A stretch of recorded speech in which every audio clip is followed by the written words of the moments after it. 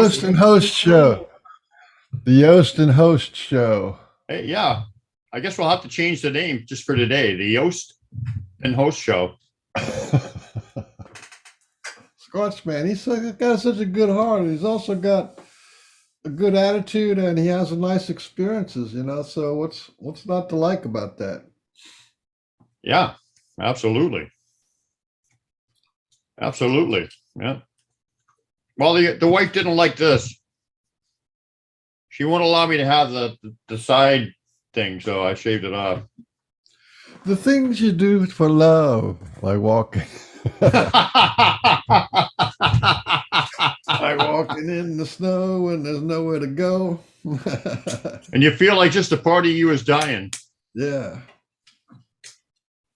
That's called marriage. It's all right. It's all right. It's better than abstinence.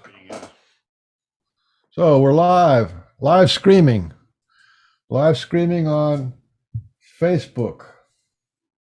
Alrighty. Hey everybody, my name is Port Cunningham, and I'm here with the world's handsomest man, the guru of love, Frank Oliver Beans. And we're here with our special guest today, a friend of the show, known as Squatch Man or Greg Yost to some people. I guess it depends on what circles you're in. But hey, Greg. Hey, hi, Brian. Hey, thanks for having me on. How you doing, Michael, Brian? Yeah, we're doing good, man. We're doing good. We're doing really good. So it looks like we got good stuff. I've seen Mackie's having some health problems. So I'm glad you got over that. Well, yeah, getting better. That's good to hear. My Sasquatch were with me in the emergency. They showed me they were there. They were there helping me with the operation and whatever too. So, you know how they do stuff that they show you they're with you. Yeah. Yeah. That's good. So that didn't hurt. That didn't hurt having that kind of help going on. Yeah. Hopefully I've turned the corner and had to change my diet dramatically though.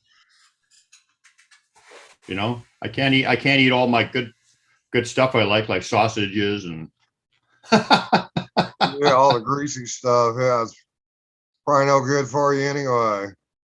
No, it's not. It's not. But now it's really not good for me. So anyway, you guys look very similar, except Mr. Beans looks like a mini-me version of you.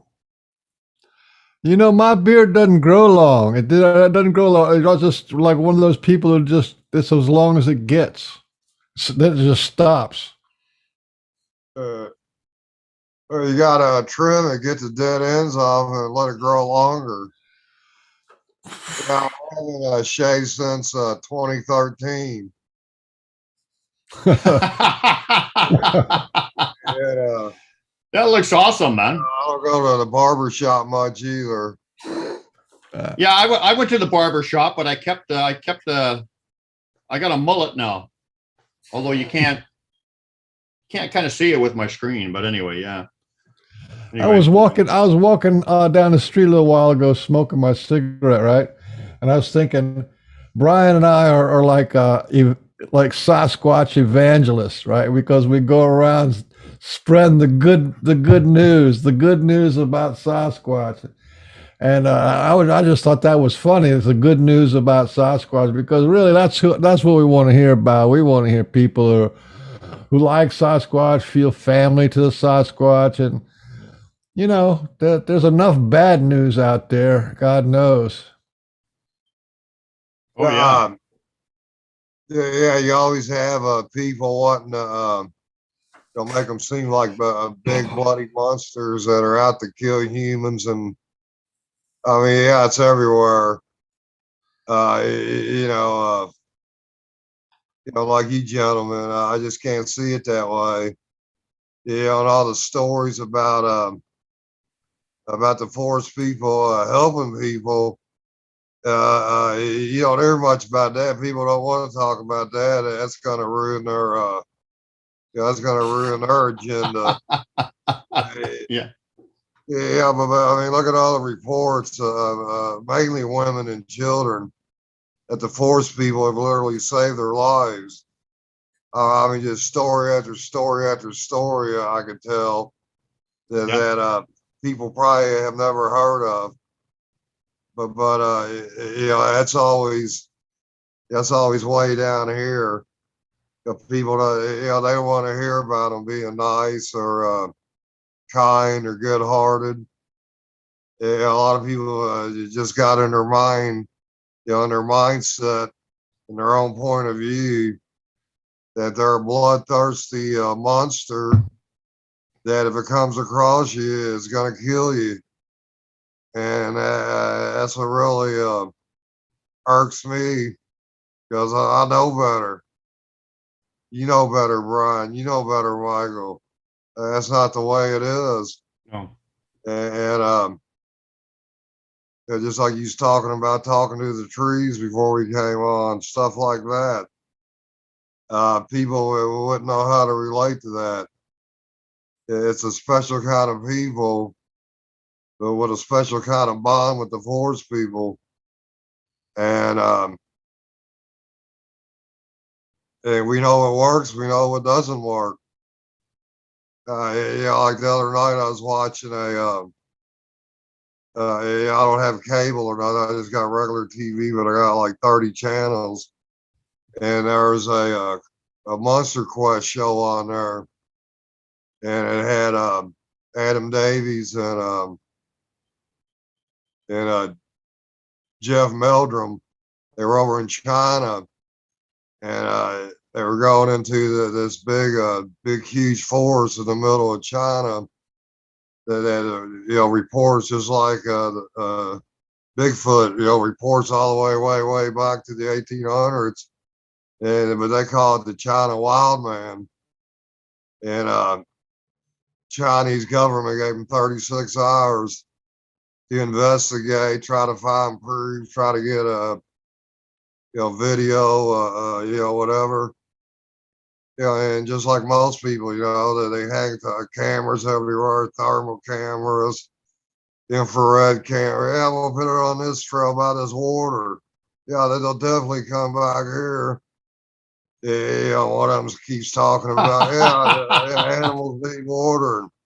I just don't understand. You know, for one thing, I think a lot of these guys are, you know, nothing against them or nothing, man, but I think they're barking up the wrong tree when it comes to stuff like that. Because number one, cameras don't work. Number two, they don't want their picture taken. And number three, if you use cameras, videos, whatever you got all out there, trail cams, guess what? Just like on the show, all them cameras they had out there for all that time, that's what they got, zilch. And that's mainly what they all of them are going to get is zilch, because the forest people, or they be here in the United States, have they be up in Canada or over in China, wherever the people roam, they're all the same. They can call them what they want to call them. There are hundreds of names for them. But when it's all said and done at the end of the day, they're all the same people. They all look alike. They all got the same qualities. They all possess the intelligence man does not have. And they have basically eluded man for hundreds and hundreds of years, if not longer.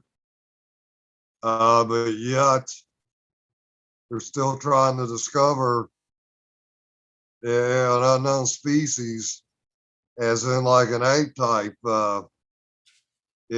being or whatever they think it is.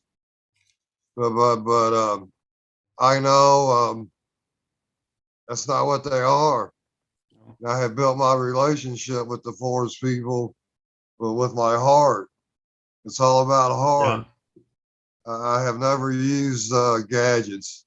That's my 3 rules: no gadgets, no guns, no games. The 3 G's. I just go about it with an open mind, a different point of view, and a good heart. And I respect the forest and everything in it, big and small. And I did not go looking for Bigfoot. I did not know nothing about him. He came into my life, and I acknowledged over the years what he was, who he was. Was he good? Was he bad? What can he do? What can he can do? What does he like? What does he don't like? And I come up with a lot of answers to all my questions. I mean, the journey has been beyond my expectations. I have probably seen and experienced most encounters and experiences that most men will never see, will only hear about. But yet, people like me, I have seen them, I have been in them, I have experienced them. And the people that have been with me, lucky enough to be with me, have witnessed the same things I have. And it's at a point now where I can talk to the forest people. I can ask them to do things. Uh, you might ask, like what? I ask them to light their beautiful eyes up, eye glow.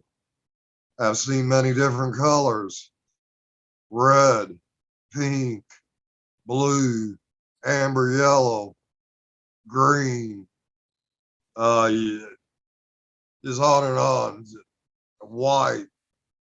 And these are not self-illuminating. They're self-illuminating eyes. They're not reflections like you shine a light on a cat or a deer. You know, you're going to see their eye reflection. You know, these are coming from a dark forest. You know, eyes. You know, sometimes they're everywhere. So I can ask them to do vocalizations they have done before. I can ask them to do tree knocks, but they're really not. They really don't like doing that. It seems like they want more of a challenge. You know, when I moved out to Washington, at my last week in the forest up there, I had my great friends from Kentucky, Arnie and Denise Pike and their daughter. They're at Pac-Man Paranormal, and they got a really good paranormal group, very legit, very credible. But they were the main investigators at Waverly Hills Sanatorium, one of the most haunted places in the world. And these people led the tours, investigations, and very smart people. And they like having good, solid evidence to back up their claims. You know, good stories. You know, good stories need good evidence. I mean, stories only go so far, but if you got witnesses and evidence of these happenings, it makes it that much better. But anyway, they were with me. I was moving to Washington in a week or so. You know, it didn't work out there, and I moved back. But I went out there to say goodbye to the forest people and see if I could get a little something drummed up from my good friends from Louisville, this is so they could get a good memory. So I raised my arms up like I always do, and I talked to the forest and the forest people. I said, "Hey, look, man, I'm moving to Washington. There's a real good chance I will never be back to this place again.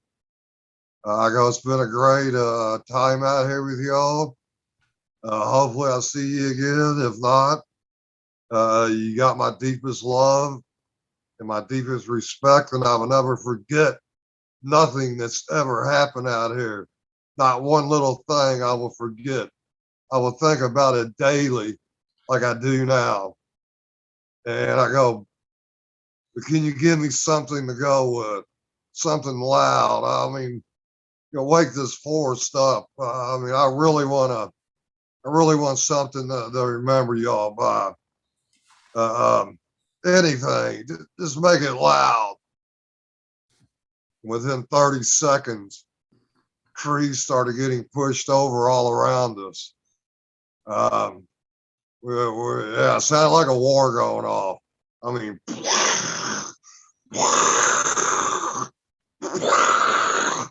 and there was a thunderstorm that was leaving the area, but it was already a couple miles by.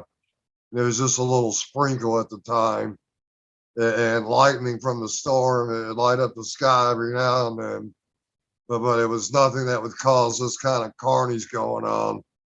So and we heard a total of 7 trees, and the 8th one is about to come.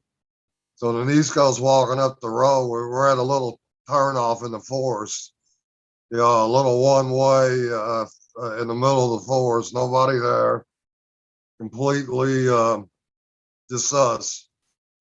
And there's a tree across the road, and they pushed this tree out from its roots. I've never seen this before. I mean, a big red oak, Indiana red oak, 2.5, 3 feet diameter tree, 150 feet tall. It was laying in another red oak across the road at an angle like this. So we're standing under the tree looking at it. I'm going, well, man, this is incredible. I go, I really can't believe what's going on. And Ernie said, hey, Greg, he goes, you asked for this, brother. You asked for this. He goes, it's happening. So I'm like, oh, I said, oh my gosh. I go, I was just blown away. Just what I asked for. I didn't expect this. So we go back to where the van's at. The 4 of us. We're out in front of the van. And, like I said, this is over a road here. So it's pretty clear up through there. It was dark out in the forest, but you can see a little lighter, man, where a road goes through. There ain't no trees up there. So all of a sudden, that tree that the one was laying in, there was something up in that tree, and the tree started violently shaking. I mean, sometimes people will see videos of this, and I'm like, look, y'all, look. I said, look, there's one right there. There's a big black glob about 25 feet up, right in the area where that tree.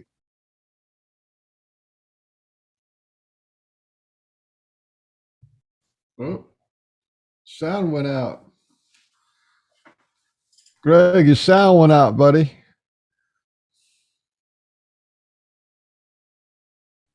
There you go. You got it. Sorry There about you that. go. Okay, right in the area of that tree is All where of a you sudden, left off. So then all of a sudden we go walking up there, and that tree that was like this is down, and the tree that it was laying in is split about 15 feet up the side of the tree where they pushed. That was a tree that was shaking. They knocked that one down, so they got both of them down. And before we went up there, that big black blob I was telling you about, it jumped out of the tree, a big thud, and it took off running. So we went up there. There was footprints there by the tree, and like I just told you, they were both down. So he came back to finish the job 50 feet from us. I paced this off. It was 50 steps from where it happened to where we were standing. So everybody's like, "Oh my God!" I said, "Everybody, give it applause. Say thank you." So we all started clapping. We applauded. We gave a sincere thanks. I've never seen such a showing of strength. There had to be more than one. So we go back over in front of the van where there's a little grill there where you could have a fire pit. We had a small fire there. So there's 2 big trees over there in the wood line. So I was telling you about that flash lightning moving off from that storm. It flashed. And I was looking right over there, and there was 5 very big, very large, very tall forest people. I mean, humongous. The 8, 9, 10 foot range, all shoulder to shoulder. I mean, standing there, shoulder to shoulder to shoulder. So I'm like, I cannot believe this. I go, I'm not even going to say nothing, man. I go, this is too crazy. What's going on? So Denise, Ernie's wife, she goes, did y'all see that? And I go, well, what'd you see? She goes, well, right over there. There's 5 of them standing right over there, shoulder to shoulder to shoulder, and they're very, very big. So I slapped her a high five, and I go, and you seen that? And she goes, yes. And I go, I didn't want to say nothing, but I seen it too. And Ernie goes, I seen it too. So we're all looking over there. We're all looking over there, and another lightning flash. Nothing. So not only did they do pushed over 8 trees, they showed They showed us who are the ones who were responsible for doing that. So if that wasn't a farewell gift from the heavens, I don't know what was. But Yeah. that's just one thing. That's just one thing. But stuff like this, it gets crazy, man. It gets crazy in the Squatch man's life out there. Like I tell people, you got to expect the unexpected when you come with me, either for a hike or for a camping trip. Just don't know what's going to happen, but I will guarantee you something will happen. Something as minor as an eye glow or a tree knock close, maybe a vocalization, stuff that is just, pretty well normal for me. I don't get real excited over it anymore. But the people have never experienced this. It's like a dream come true. And then I realize and think back, yeah, that was you once. I mean, so anything is big, regardless of how small it could be.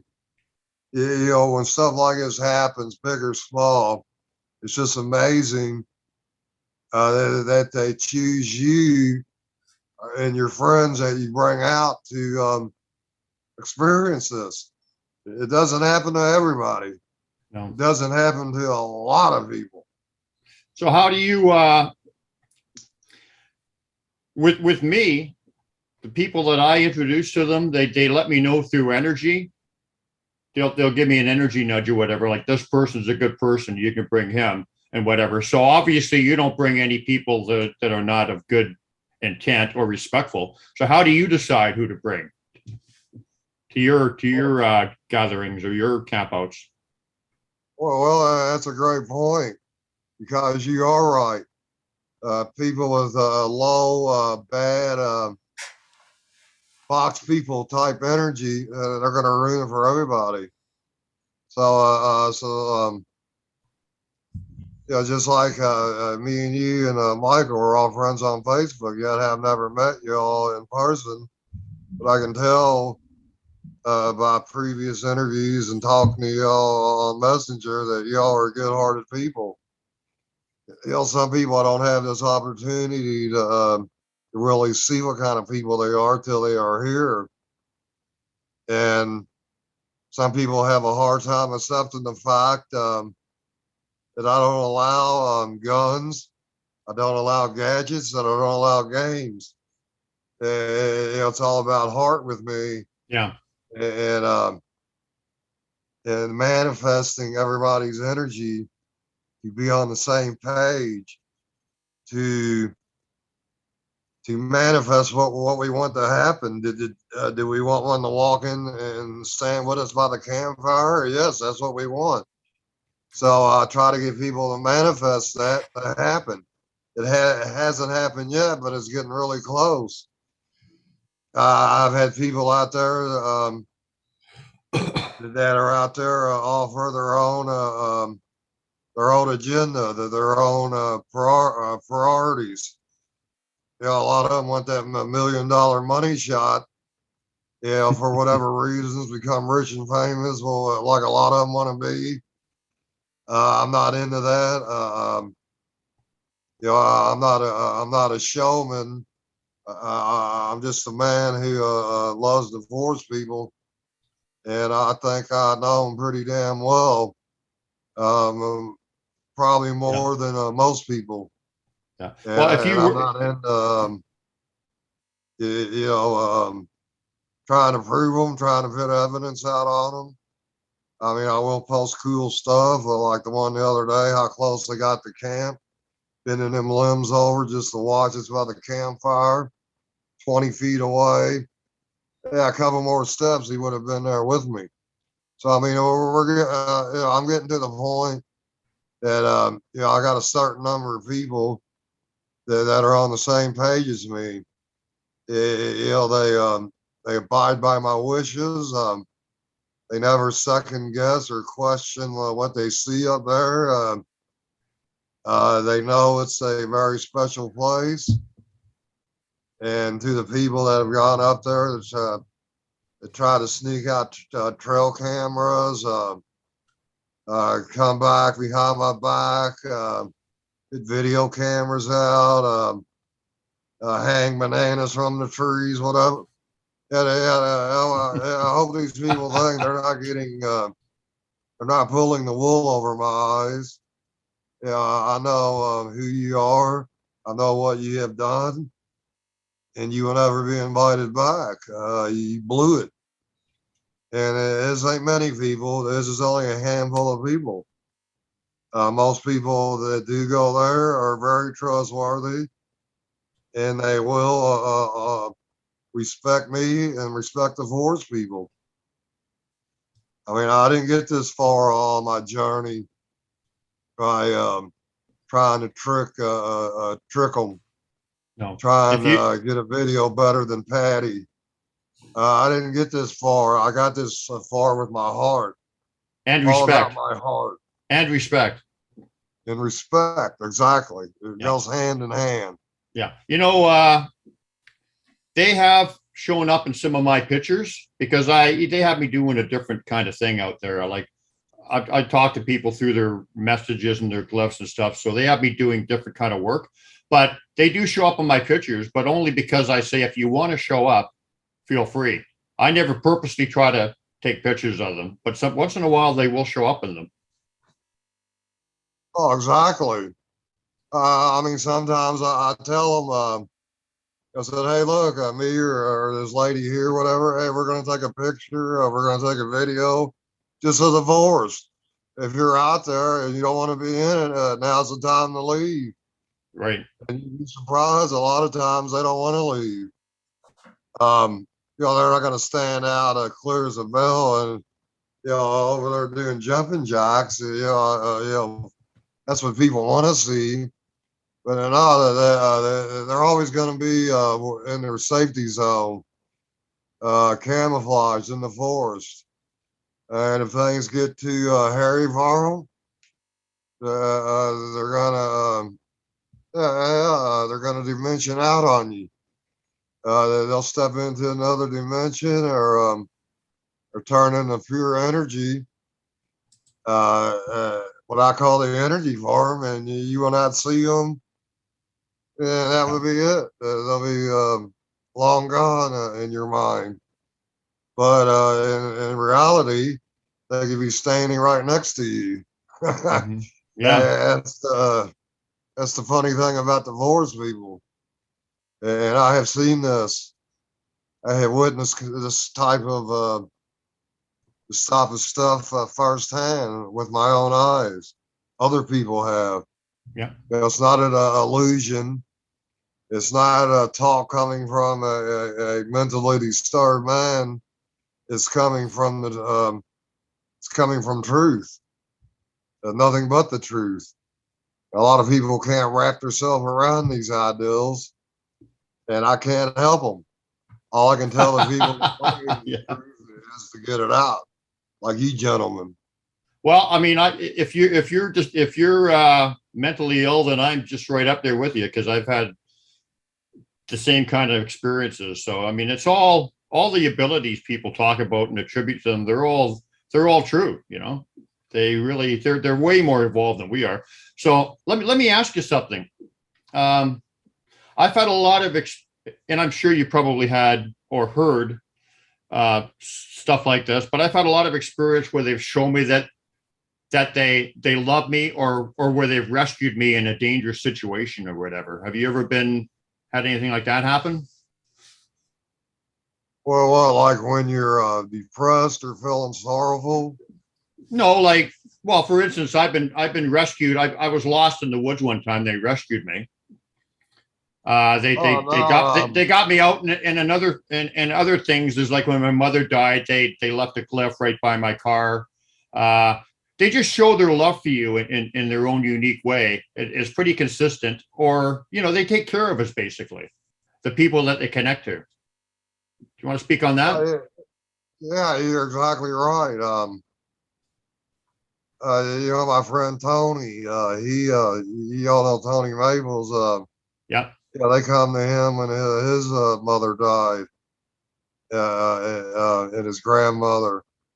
Um, yeah, they don't like good-hearted people to be sad, and they try to you get them off that you get them out of that deep hole, that depression they're in. But nobody likes death of their loved ones. Nobody. I don't like death of anything. I don't like seeing a dead cat on the side of the road. no, Uh, um, but yes, the force people, they can read your mind. They know what you're thinking. They know your intentions. I mean, if you go out to the woods or you drive up to the forest, yeah, they know you're on their way up. They're up there waiting for you. If you're going camping that weekend, yeah, they're up there waiting. They know. yeah, I mean, as I was much, up there watching a gold hawk, a red-tailed hawk, a golden red, sail through the Indiana skyline a couple of weeks ago. You just look at it, just admiring beauty. I don't go out there to look for Bigfoot. I go out there to enjoy nature. And the forest people, if they want to mess with me, they know where I'm at. So anyway, a couple hours later, I made it over to my gifting stump, and there was a red-tailed hawk feather sticking in it. And I was like, wow. So they seen me admiring that hawk. They knew I loved them, and they gifted me a hawk feather. I mean, how yeah, cool is that? yeah. I know what you mean. My wife and I and myself, we've been gifted all that kind of stuff too, just with incredible stories behind it. So I completely know what you're saying there, Greg. Completely. Yeah, yeah. I mean, they got they just got a lot of abilities. Again, that people can accept. And Well, yeah. The thing with them rescuing us or showing compassion when you're hurting because somebody dies or stuff like that, it's basically because they're family to the people they connect to, and they treat you like family, and they show you. Better than family. Not, most people don't have family that are that nice. No, no, no. Well, no, but no, they're like on a step up because they never do anything out of judgment or anything like that. It's always sincere from the heart, and it's always really, really beautiful and pure. But yeah, they take care of the people that they're connected with, and the people that approach them with an open heart and with respect are the people that they reveal themselves to.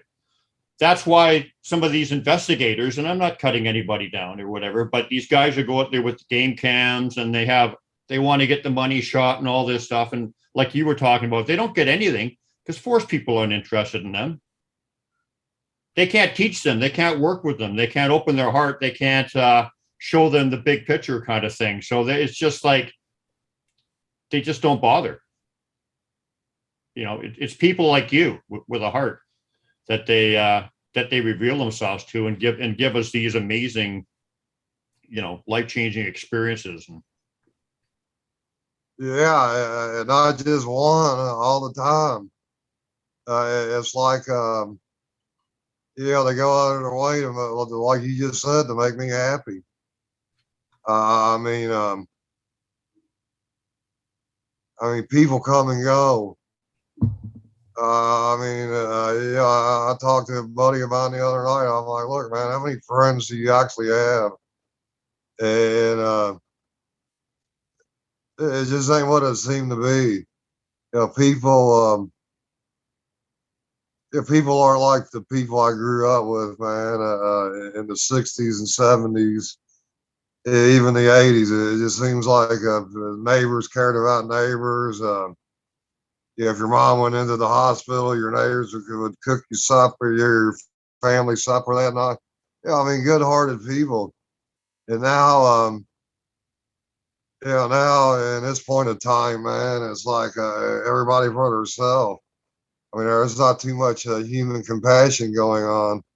There is a lot of good-hearted people out there, but there's way more negative, bad energy people that really don't give a damn about what's going on outside their house.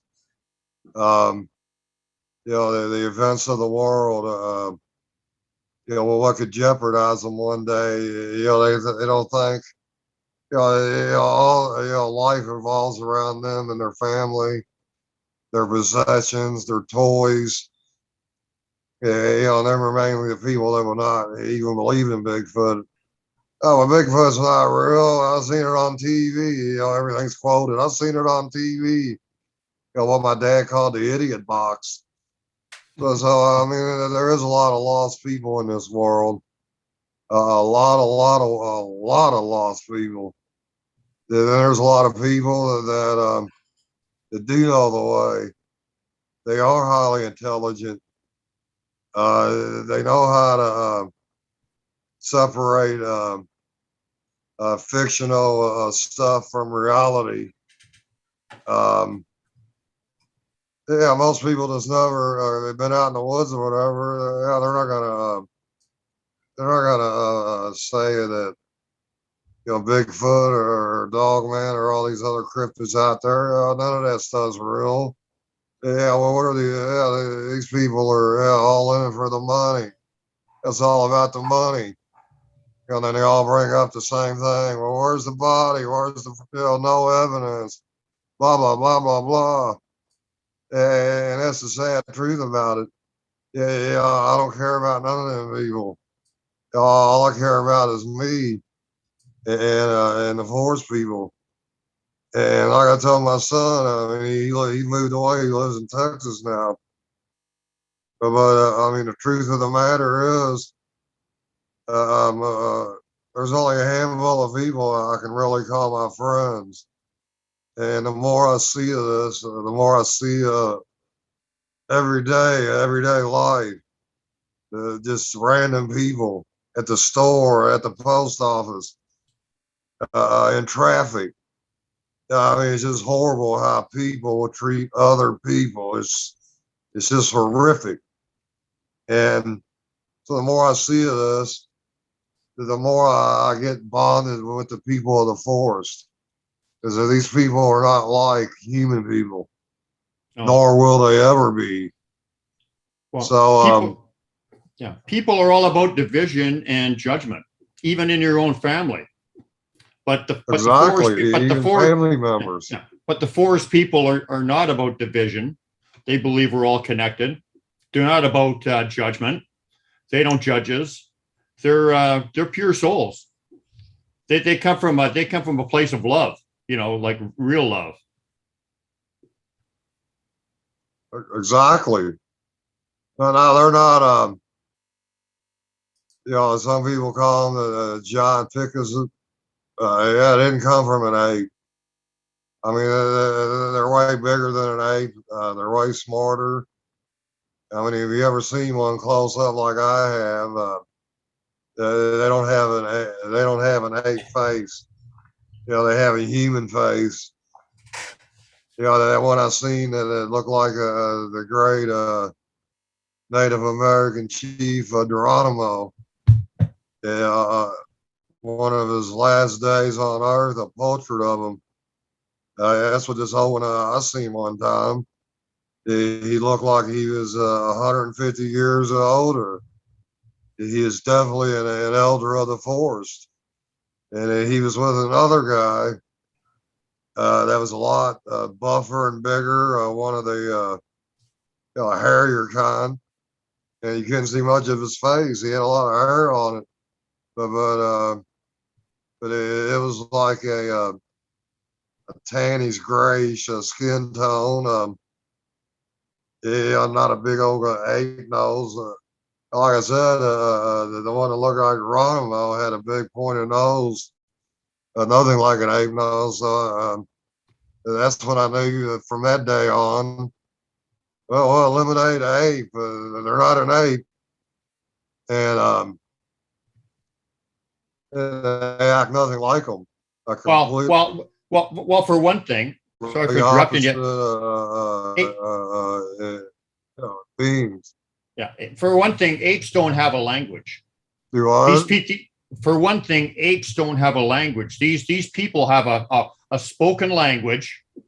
They have a telepathic Yes. language, obviously, and they also have a written language with the glyphs or whatever. There's no animal other than human that has that kind of ability to communicate through language, and No, and I have heard them talking before on a few different occasions. yeah.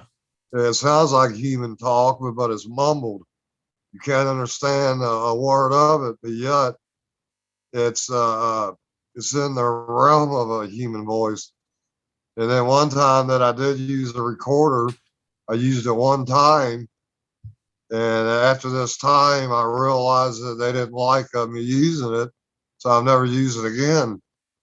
But I put a recorder out back by my gifting stump that another gentleman in Kentucky gave me, and he said, "Yeah, try this out." So I didn't know how they would react or anything. But anyway, I got this. Yeah, I got this in my possession. One of the best pieces ever that I've captured. But I put this back by the gifting stump under a pile of leaves of my tree. Yeah, trying to be sneaky. Yeah, right.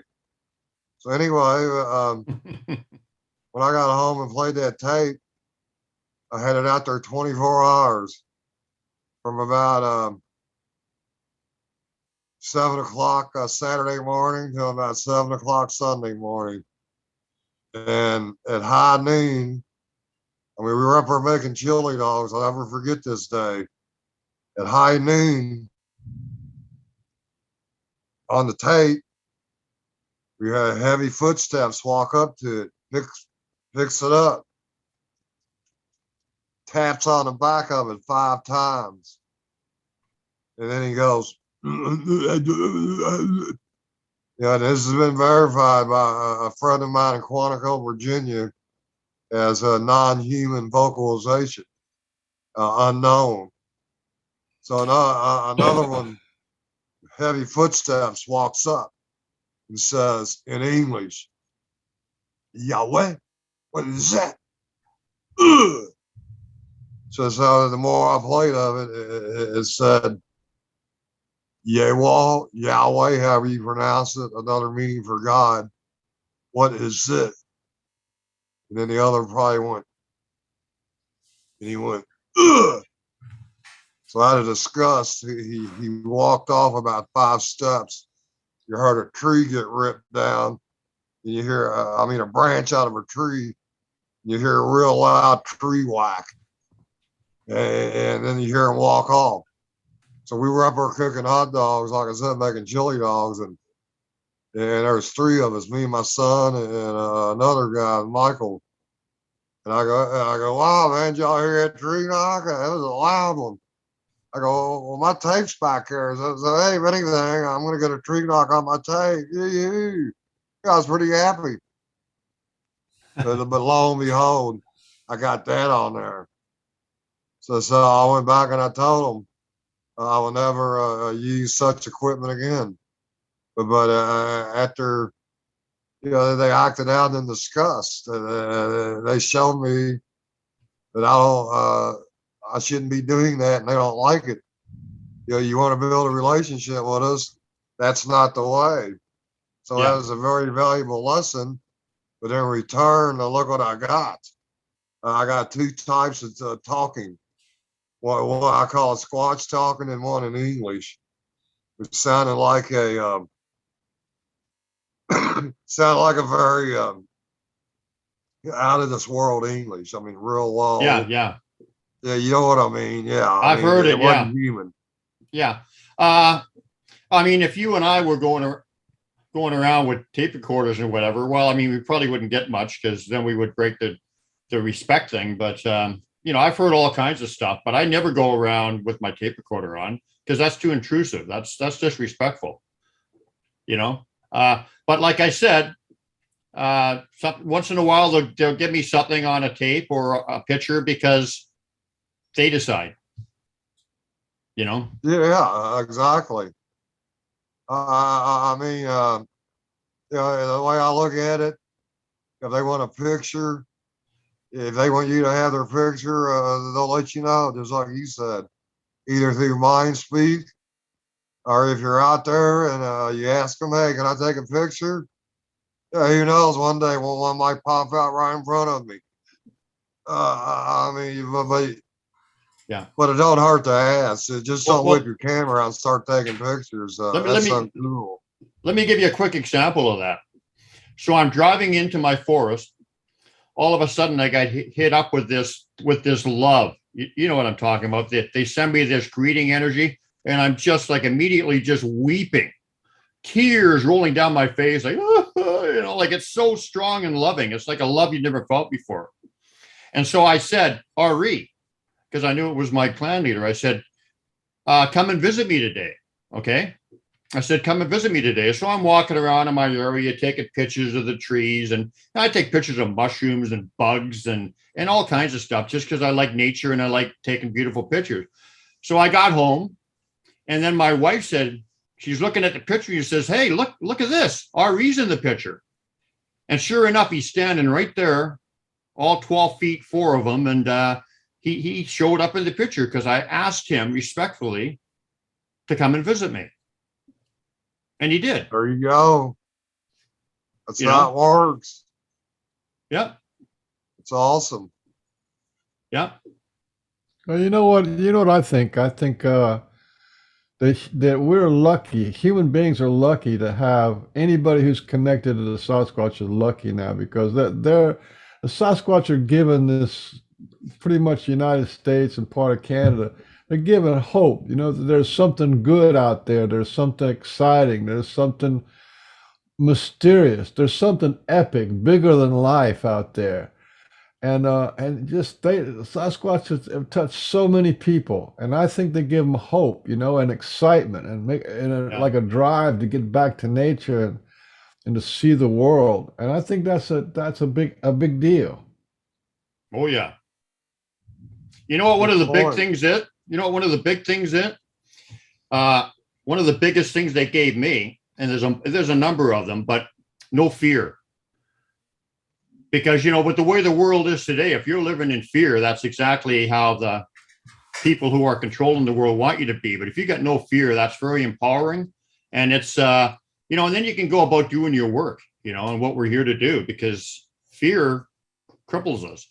So when the Sasquatch, when they tell you that fear is well, first of all, they won't work with you if you're in a state of fear. That's one thing about fear. They won't take you past your fear barrier.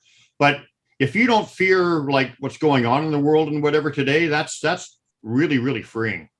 And when you realize you're an eternal being, what's there to fear? What the hell is there to fear?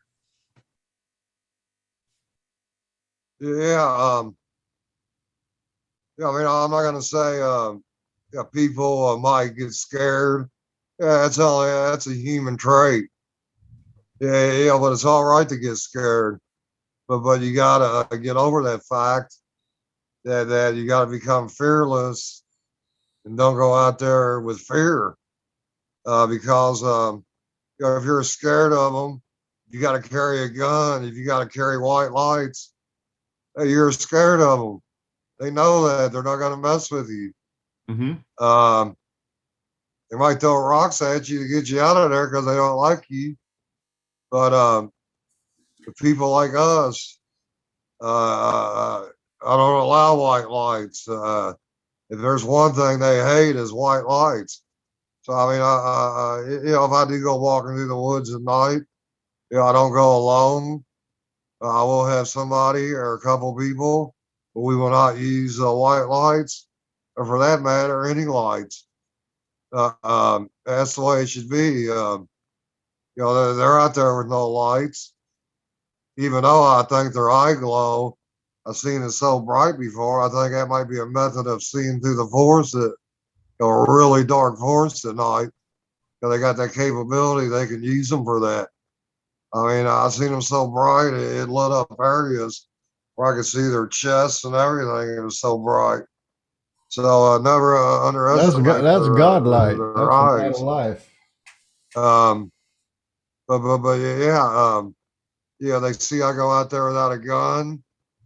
I tried being as brave as I can. I feel I have been tested before on my bravery, and I passed with flying Yes. colors. Yes. That they give you they test you to see if you can get past that level of fear, and if you do, then they'll go further with you, but not until. Yeah, but if you run off like a scared dog with your tail between your legs, yeah, it's over. They're like, no, he doesn't have it. But if you if you show qualities of bravery and overall valor, uh, that you're not going to back down, they'll respect you that much more. They're like, yeah, this is the one we're going to choose.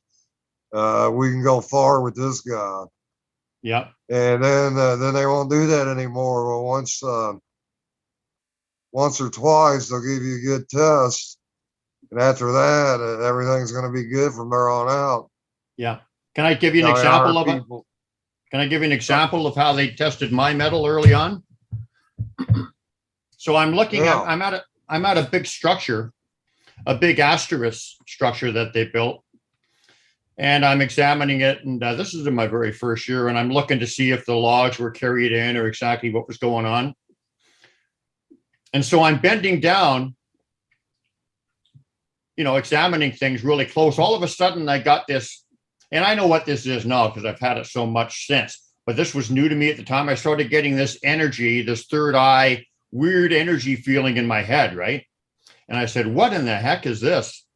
All of a sudden, I heard what sounded like, and this is way out in the middle of the woods, I heard what sounded like two semi-trucks colliding head on in the woods, like kaboom, like crash, kaboom, like the loudest, most violent sound you could imagine. And I must admit, it shocked me. I jumped, my glasses flew off, but immediately I started laughing, and I said, hey, this is the good one, guys. And then I just kept doing what I was doing. So they tested my metal. I didn't run away. And, and once you pass that, their initial tests or whatever, then they'll start working with you further once they, that's what it takes. Yeah. So let's go back to the beginning. So how long have you been involved with the forest people, and how did it start for you? Take us back to like your first experiences. And Yeah, well, just what we were talking about. That night I got tested. I called it the Ferdinand charge. Like you said, a bad time in your life, they come to you. yeah. But this was a bad time in my life. I was laid off from my factory job. This was back in 2002. The economy was really bad, man, back then. A lot of plants were closing. Yeah, it was horrible. And my old lady left me, took my babies with her. all I had was my dog Buddy. So I started going around to all these forests, and I spent a lot of time in the forest, trying to find myself, man, trying to, reinvent me. What is my purpose here? Apparently, nothing's going right, man. I need to find answers. I prayed to God a lot. And I went out to this one forest a lot, Ferdinand State Forest. My grandfather built and designed and engineered it back in 1933, a very beautiful forest. And I still have cousins and aunts and uncles that live in Ferdinand. It's like a little Mayberry town. And so I went to the forest a lot, and it helped a lot, man. Forest therapy. So this one in particular night, it was a couple of nights for Thanksgiving, and my birthday was coming up in a day or two, November 23rd. And I was out there with my dog Buddy, a half chow, half golden retriever, about 125 pounds worth of dog, looked like a little grizzly bear. I mean, that was my boy, man, my best friend, and that's all I had. Um, so I get a little fire going, making some hot dogs, enjoying a nice evening. Crystal clear out, man, beautiful air, stars are out. Um, it's just an overall gorgeous night. You feel the fall. Yeah, just a beautiful night, a little chilly. It's just so quiet though. And this other dog comes up and starts playing with Buddy. It was like a hunting dog. And I'd say about 10, 11 o'clock, man, and his car comes. And I'm back there across the dam in this little cutout back there by a lake, and there's a big hill there. And there's enough to go camping, three three camp spots, wilderness camping, fire pits and a picnic table. That's it. And I'm sitting there and I had a little fire going. So here comes a car across the dam, which is unusual. I didn't see anybody all night. Yeah, and I got there right at sunset, and I wasn't going to stay long. Like I said, I was busy looking for a job and doing stuff a man's got to do, take care of yourself. So he pulls up, and it was a sheriff, and we started talking, and he asked me what I was doing out there, and it just said hanging out, and told him I had relatives in Ferdinand. We started talking about Ferdinand, and he asked me if that was my hunting dog. I go, no, that's not my dog. He just come up here. And he said, well, he got off in the morning. He's going to come back and get the dog. He needed one. I said, hey, help yourself. I go, I'm not going to be here, but hopefully that dog will be. So he took off and just sat back down. And it wasn't about 15 minutes later, I heard sound like a tank coming down that hill. I mean, branches breaking, sticks breaking.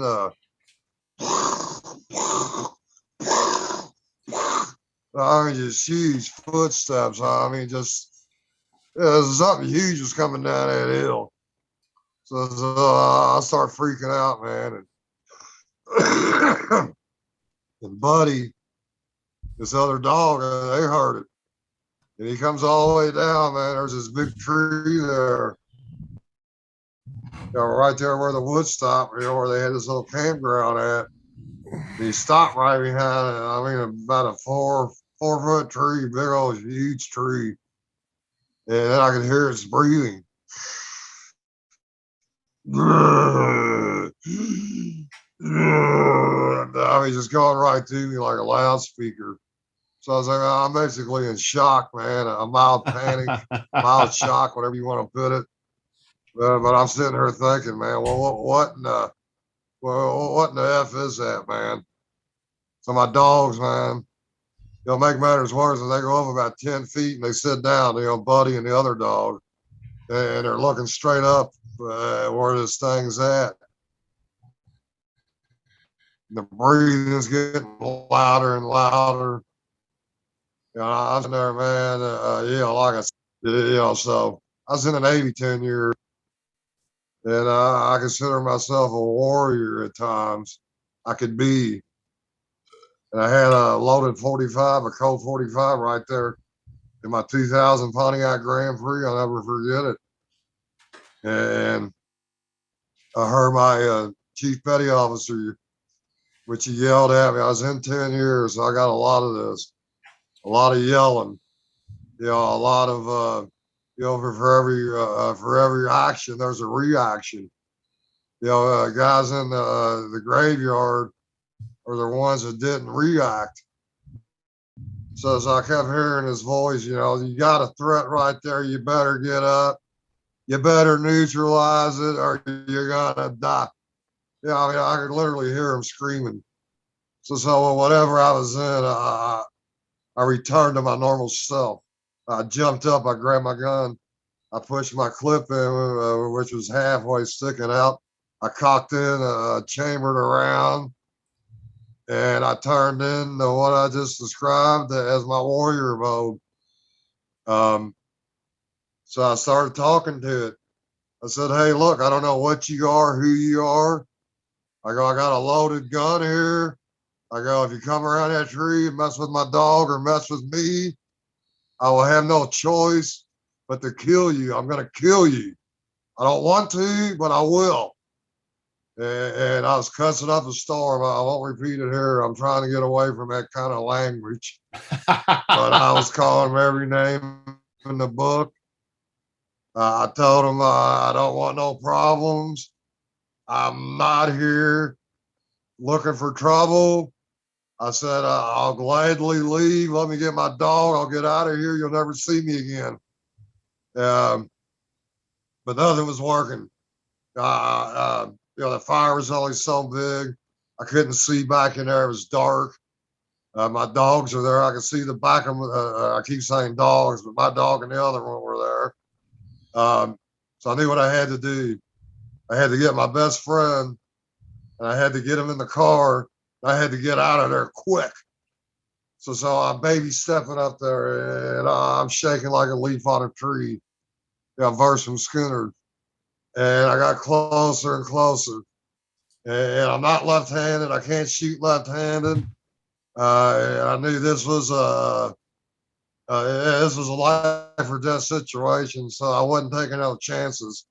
I kept my right hand, my gun hand on him. I'm bending down. I'm picking Buddy up. I'm still talking to him. Hey, don't come around, man. I said it's over. So I throw Buddy in the back seat. I get in. I slam it in reverse. And I back up to the dam. And like I said, I'm shaking, man, like a leaf on a tree. I left my cigarettes up there, my cooler. Nothing to amount to nothing. Just the fact that I was in the middle of nowhere. I wanted my cigarettes, man. I drove back up there and I clicked my brights on and I looked up that tree. And what I would describe, I was just floored, amazed. But it was it was a left arm hanging around the left side of the tree. And it had long black hair hanging down from its elbow up to its hand. And his hand looked like big cigar fingers.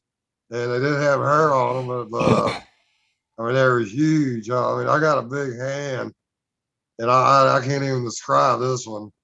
I just know the fingers that look like big fat cigars. So I'm like, I said, oh my gosh. I said, that's a monster. I said, that is a monster. So I drove right up to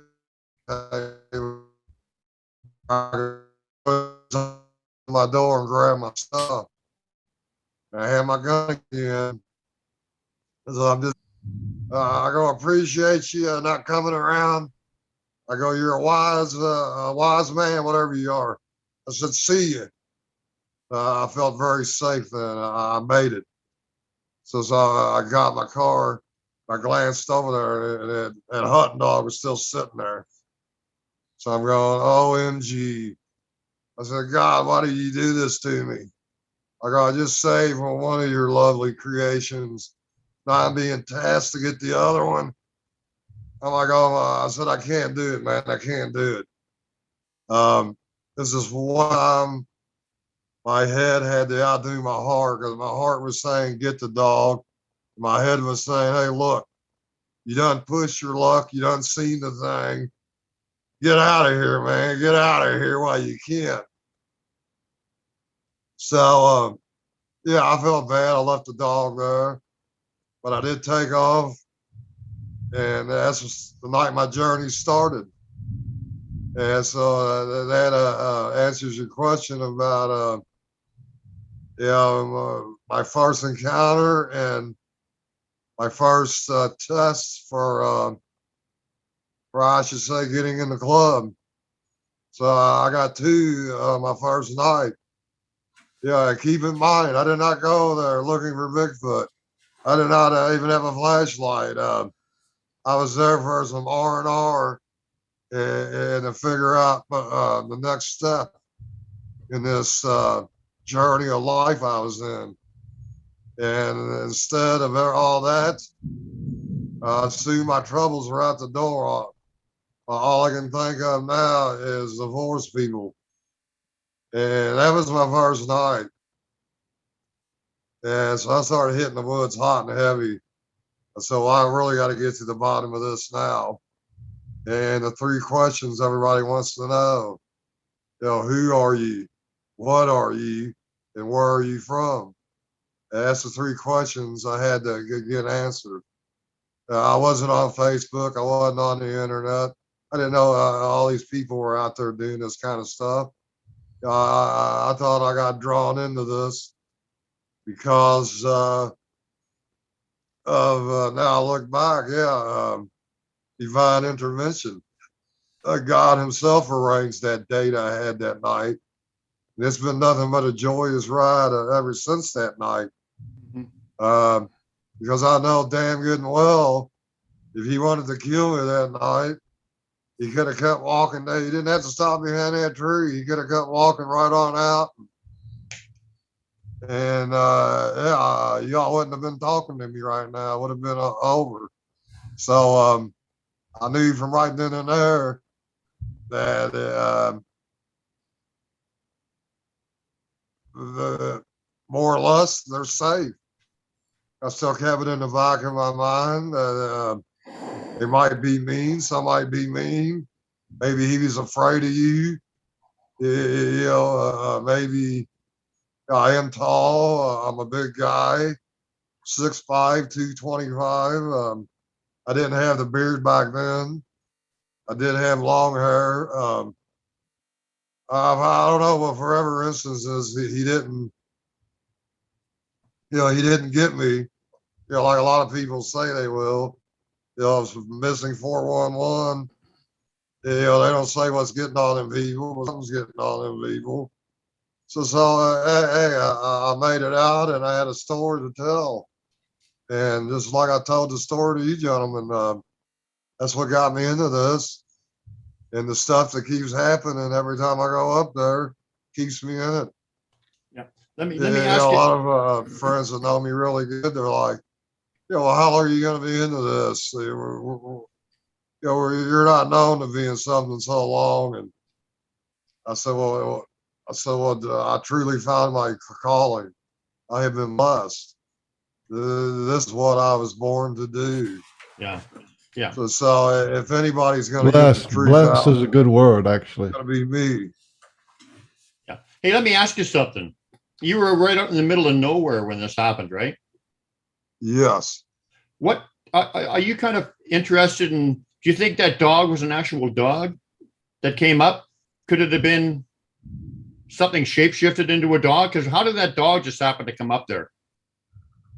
Yeah, I know. That's a good question, Brian, because I really don't know. And I mean, it was a very handsome dog. I mean, a very, hunting dogs are expensive, man. Very, very handsome dog. And he just popped in there like nothing. I mean, I believe that they shape shift. Oh, absolutely. I've been around a lot of people that have taught me stuff that I normally, wouldn't believe until I actually seen it. But these people are really headstrong on their beliefs. Yeah, like Miss Arla Colliot. Yeah, she taught me a lot of stuff that would not coincide with at the beginning. I thought that was a flesh and blood creature to come down. I didn't know anything about anything back then. So after being with people like Arla and other people, uh, you start thinking that hey, dude, you're barking up the wrong tree. What you think may not be what you think, and I'm a very open-minded person, and so I started using a quote from my favorite Metallica song. Open your eyes for a different point of view. Um, and what better way to do it than yourself than reading it or seeing it on the internet or hearing it from other people? But when you can do the same stuff, um, and then it really becomes very, very credible that all this stuff is really true what these people have been telling you. So without them people, no telling where I would be. But I learned so much through the years, and I've learned so much by just being me, and I've learned so much about people. Yeah, I mean, Yeah. everybody thanks people that are in the Bigfoot community. you're you're all good people, and they're gonna they're gonna support you and follow you and build you up. And but I found that that's far from the truth, because most of it is about bashing, uh, talking Yeah. behind your back, stabbing you in the back, no support, and no building up. I mean, more like tearing down. But I don't get a lot of this. Yeah. But I don't pay attention to people. It's all ego They're and meaningless to me in this journey. it's That's why I ego and started this competitiveness. journey, is to get away from people. Yeah, it's ego and being competitive, and they want to be the top dog kind of thing. But you know, you're right. There's only a few people that are really like heart centered and approach it the right way. And and you're definitely one of them. But few and far between, man. Few and far between. To do I said there's only a few people like yourself that go about it the right way, with no, yeah. without, like bashing people and competitiveness and bad intentions or whatever. But, people like yourself are few and far between. Thank you. Appreciate that, Brian. And that's one thing. I've never bashed anybody. I've never badmouthed anybody. I mean, I don't know. I'm a good-hearted guy Well, the Sas- in the human realm and in the forest people's realm. yeah. You One know, of the I'm main, admired, I'm respected, and I'm liked in both worlds. absolutely. And One of the that's why I main like things, to keep it. one of the main things the Sasquatch people told me is no judgment. As soon as you start judging people, your vibration lowers, you know, Oh yeah, you know, yeah. Believe it or not, my son taught me a lot about that, about like, your vibration, and about not liking people or not liking somebody. He said that's all bad, dude. You shouldn't hate anybody. Nobody's worth it to hate over. So it brings a whole new it brings a whole new playing field to me, because the people used to do me wrong. I used to hate their guts. But now, hey, if somebody doesn't like me or blocks me or deletes me because I speak the truth. Hey, I'm sorry for you. I don't hate you. I don't dislike you. Yeah, I hope you find what you're looking for in this life. Yeah, if anything, I'm just trying to help people. Uh, for people who like myself, know there's a lot more than this than what people are telling them there is. That's all. Yeah. So how about Dogman and Sasquatch? How are they similar and how are they different? And I'm not talking necessarily about how they look, although we can get into that too. But what they're here for, what they're doing, how they interact with people. What's your experience? Well, yeah, it's a very simple answer. Yeah, just like Bigfoot, Sasquatch, they're forest people. They're just like them. They're not mean, deadly people. They're not gonna rip you apart. They're very loving people, just like the Sasquatch. Um, Matter of fact, they're one and the same. They're very similar to builds, and they got a different head or face, whatever. But that doesn't make them different. Look at all the humans. Look at all the colors of shade humans have. Uh, go through them all. Black, white, yellow, red. Um, Probably a few more in there. I mean, there's blue people in Kentucky that I've heard about. So Really? I mean, does that make us all different? A different human, right? No, we're all humans. We may look alike. Uh, we may not look alike.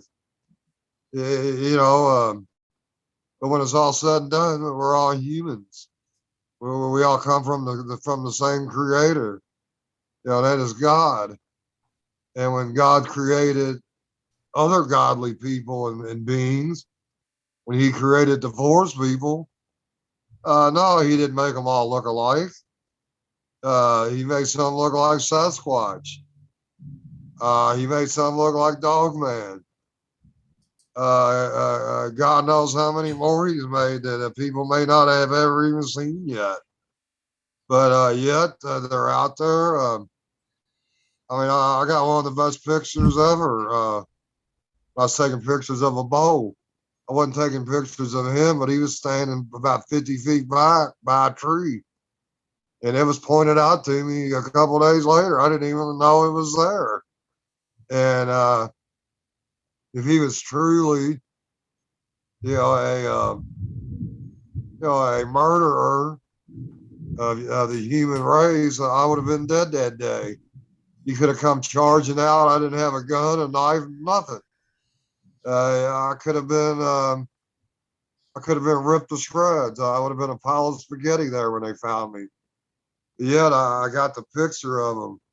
Yeah, he looks like that Egyptian dog god, Erebus, or Anubis. Anubis. I'm sorry, with the pointed ears, the yellow glowing eyes. Hey, the forest people have yellow glowing eyes too. Uh, that don't make them evil. A lot of people say when they see red eyes on these creatures, I'll get out of there. That means they're, no, I don't mean they're mad or mean. That means God gave them red eyes in their sockets when they were born, just like they gave me brown eyes, just like they gave him blue eyes. He's got green eyes. She's got hazel eyes. We all got different color eyes, just like them people. Red don't mean nothing about evil or fear. That's the color of their eyes. But to sum it up in a nutshell, yeah, they're the same in one. They're truly the forest people. Same capabilities, no more, no less. Have you had any experience with dogmen? Any encounters, teachings, anything like that with dogmen, or are you basically a Sasquatch guy? Well, I got that picture of one, but other than that, yeah, I have never seen one. I've never seen one walking around. Never seen. I mean, I might have heard one. I mean, who knows some of the sounds you hear out there? I mean, I don't know half the time what's making them noises. Yeah, I know they ain't normal Earth creatures out there making some of that noise we hear or I hear. But no, it's just the forest people are more in Yeah. tune with me. Yeah. You know, that race of the people, that breed of the people. You know, I'm more you know, attached to them than I am the dog people. Yeah. Well, Everybody calls them dog man. But yeah, I mean, they got dog ladies, they got dog children. You know, they're just like, you know, they're forest people. They just look different. Yeah. I mean, they got the big feet. Their bodies look alike. They got two legs. They got two arms. They walk.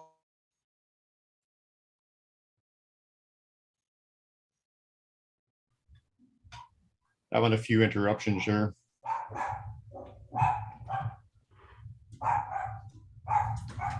Yeah, Greg's internet cut out.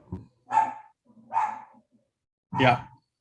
I like what he says about, you know, God's creatures. I wish more people would think about that. Everything in the woods is God's creatures. Everything on earth is God's creatures. There's no demons.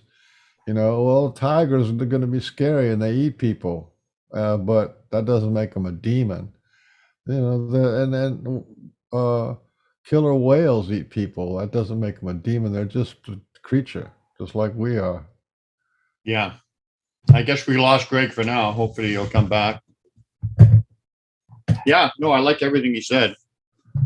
Yeah, and you know, a lot of people talk about the dogmen in that ilk. You know, that they're good people and they're just like the Sasquatch. And I mean, one of the guys we're having on as a guest in a couple of weeks, his teacher is a dog man.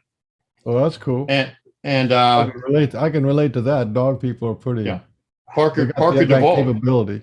Parker Duvall, and he you know, he basically describes them just like the Sasquatch people. They do the same thing. They do the same work. They've got the same kind of heart, same kind of knowledge, and that kind of stuff. So I wonder if Greg's going to come back. So give him a little time, and you know. So we got an hour, almost an hour and a half in here. Yeah. So what's been happening with you lately? Any? Nothing, but I just feel grateful because you know, when Greg says you're blessed, I just feel like there is a blessing to having them in your life. I feel them every day, and I kind of appreciate them. Sometimes I talk to them in my mind, or you know, it's pretty simple, you know, but I feel like we're pretty integrated. You know, there's times when I don't think about them, and they're just on with my day, and they're always there, and they're always you can always feel their support, their connection. Oh yeah. So, but that's a blessing because you don't feel that with most other people. I mean, it's even like so maybe like with your wife or your kids, you might feel that kind of connection to them and think about them as often. So this, I don't know, it's pretty special to have a good relationship with the Sasquatch people. Absolutely, man. It's like it's a totally different life. You have such a big, vast, you know, knowledge. It's so enriching. It's just like you can't even just. It's hard to describe unless you actually have a relationship with them. But it's life transcending for sure. It's Yeah, when Greg was talking about he's seen the Sasquatch people with light coming out of their eyes and it lights up their whole chest and part of the little bit of the woods around them. I just wish the human beings could understand that that's the light of life. That's basically you're looking at God's light there. The light of life is what God is all about, you know. And and to have beings in this world that can pull up the light from inside them and have it shine out their eyes, that's pretty much off the chart. Holy, Well, holy, that's you had sacred. you had an experience like that with that guru guy, right? Yeah, it was this guy Sri Chinmoy, and he was amazing. We had like maybe 1,000 people in this or 500 people in this municipal auditorium. So it's where they have little concerts and things, and they have high schools go and have their graduation. So it's built like a theater with this, with this seats going up like this incline. Yeah. Yeah, like that guy, he just went into samadhi, and they turned the lights down, and he just sat there and he went into samadhi. And when he go into samadhi, he pulls up the light, godlight stuff. Then he just looked around the room, and he was looking at like each individual person. He made a point of doing that. And when I was kind of off to he was scanning to his left, and I was off to his left, sort of, that's where we came in. And I was up a little bit higher. When it looked at me, it's like holy crap! There's light coming out of this guy's eyes, and there's something inside me that knew that's the light of God. That's the light of creation right there. And because I already knew that there was people that were enlightened, but I didn't know that it meant actual light coming out of them. So yeah, that's a holy thing. Didn't you say this guy didn't say a word the whole Didn't time? say a word. That was the He, teaching. The yeah, and teaching was the light. you guys were sitting there, right? And at one point you were thinking, what's this guy going to say something, or what's he doing? It was kind of like Oh yeah. almost uncomfortable or something, was it? Or Oh yeah, it's like what's happening? What's happening? And he was quiet, and I could, all you could do is just see him move his head around real slow, and he did it twice. So he basically let everybody in the whole, because you can't. It wasn't like a light that went out like that. You had to be pretty much looking at his face full on for you to see the light coming out of his eyes. You couldn't, like, if you turned your head sideways, you couldn't see it. You know what I mean? So when I was looking at his profile, when he looked at you, that was it. And then that's one of the factors that made me go and try to find my own guru, my own teacher. And I spent years, 13 years doing meditation. And probably after the first 4 or 5 years, at least 3 or 4 times, maybe 5 times in those 13 years, my whole being was filled with light. You know what I mean? That's the light of life is God, right? And which is pretty amazing stuff, really. what color was the light coming out of his eyes? It was white. Remember, It white was light, eh? white. Yeah, yeah. And inside you, that light inside of us is white. It's a real bright. There's definitely when they say is a light brighter than the sun. It is brighter than the sun. It's pure light, but it doesn't hurt your eyes because it's not. You don't see it with your eyes. You see it with your third eye or something. I don't know how it works. But Did you feel anything, or you just saw the light? Did you feel anything when he was looking at you?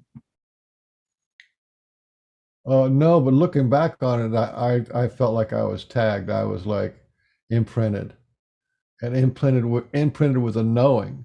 And part of that knowing I can see now because I know about Sasquatch, that it was important for me to be able to say that and verbalize that in relation to Sasquatch. It was like a predestined or pre-planted kind of a thing. Because I'm sure there's all the people in there that not everyone remembers it to this day, right? To me, I remember it to this day. That's what I'm saying. Sasquatch people are very high vibrational beings, which is puts them in the category of sadhus, of saints, of holy men. That puts them in that category of the angelic beings, high energy beings, high light beings. They're in that category. They're not Yeah, in they're not in plumber, baker, candlestick maker. They're not in that category. They're in a no. higher category. Well, I think just the fact that, like you said, after you had this experience with this guy, this guru, you went on a search for like 13 years or whatever. So it obviously was a catalyst No, it for was your journey. actually from then. It was probably less than a year later after that that I found a good guru, a good teacher, and then I just kind of stuck with him, and because that was, I had my hands full. But I was one of these guys who would, when I first started, I already knew what was going on. A lot of the Westerners, because this was happening in Florida and this United States kind of a thing, a lot of the Westerners had no clue what meditation is or what enlightenment is or anything like that. But I had already met two enlightened beings already, and I knew what was going on. So when I first started doing my meditation, I was married and I was working construction, and I was meditating 6 hours a day. Wow. 6 hours a day. That went on for about 6 months before I got burned out on it. But still, yeah. Do you think there was a download of information when he looked at you? No, there was a knowing, because we've all seen that God light. Everybody who has a near-death experience, and when you die, you go into that God light. Everybody knows what that is. You know what that is. I mean, there's no yeah. question about what that is. But I just registered that was it. It came from my subconscious. It was like that you're looking at God's eyes. You're looking in God's face there. Yeah. Wow. So it was like an implant or an imprint or something like that. I was imprinted. Yeah. The memory Yeah. was imprinted. Yeah. Like I couldn't tell you I couldn't tell you what was going on the rest of that day. That's just gone with the memories. But that was a cool experience. Yeah. I had another experience with a guy named I think it was Swami Muktananda. He was pretty cool. He was a really good energy guy. And he was fully enlightened too. And he would give Shaktipat. Shaktipat is a little bit like darshan. Darshan is when you kiss the feet of a guru, right? But Shaktipat, you go through this sort of like darshan line, and this guy had like a peacock feather, and he would kind of like touch you on the top of the head with a peacock feather. And really what that is sort of like it's like a boost of energy at the right vibrational frequency. So like, how you get boost of energy when you get your yes vibes from right? It's like that. Only you don't associate that boost of energy with what to meditate on. But if you get Shaktipat, then the energy that you're given is what you meditate, is what you focus on. So yeah, that was the third enlightened guy. Yeah, they're high beings. I'm telling you, and people don't because in the West we don't have a history of enlightenment and God realized people, and we just don't have a history of understanding that. There's not a guy on every corner like there is in India who's enlightened or a master. Yeah. One thing I think that's why we're blessed. That's why that's why that, in my opinion, that's why people can get connected to Sasquatch, whether they go in the woods or not, or if they do go in the woods and they have an experience. You have experience with a squirrel, but you don't go into the woods to find a squirrel. You know what I mean? There's something that happens to people when they see a Sasquatch, or they feel it, or it clicks in their head that there's a Sasquatch nearby, and that's what that knock is, or that's what that sound is, or that's what makes that glyph. And there's a connection there, which is profoundly spiritual and on a high level. Well, I feel them probably more when I'm at home than when I'm in the woods. Because like you said, they can connect with us anywhere. I think that's important what you just said. That's their teaching. It's like all one, all connected. No space. no space. And you don't have to go to the woods. You can connect. You connect inside. You tune in by thinking and connecting with your heart. So you don't have to go. It's not necessary. It is only for pure pleasure and enjoyment that you go into the woods. And it's like for the excitement of it, for the fun of it. And if you live close to the woods, Yeah. Let me see if I can send Greg the link again. See if he can get back on here. did you already send him a message if he's coming back on, or is this the? Yeah, he hasn't answered. Maybe his internet went right dead. Could be. I don't know about what's going on where he is, but where I am in Georgia, it's like a huge storm, like just trying to, building up winds and all that kind of stuff. Well, what I liked about what Greg said is very similar to what I've said and my experience, and the fact that he's having all these amazing connections with them. And basically it's because he shows them respect, and he approaches them from a heart base. He doesn't have any agenda. He's not trying to trick them. He's not setting up game cams. He's showing them, like I said, the ultimate respect or whatever. That's how you connect with these people. That's what I've always said. Connect with them through the heart. Connect with them through nature, for the appreciation of nature, through love and stuff.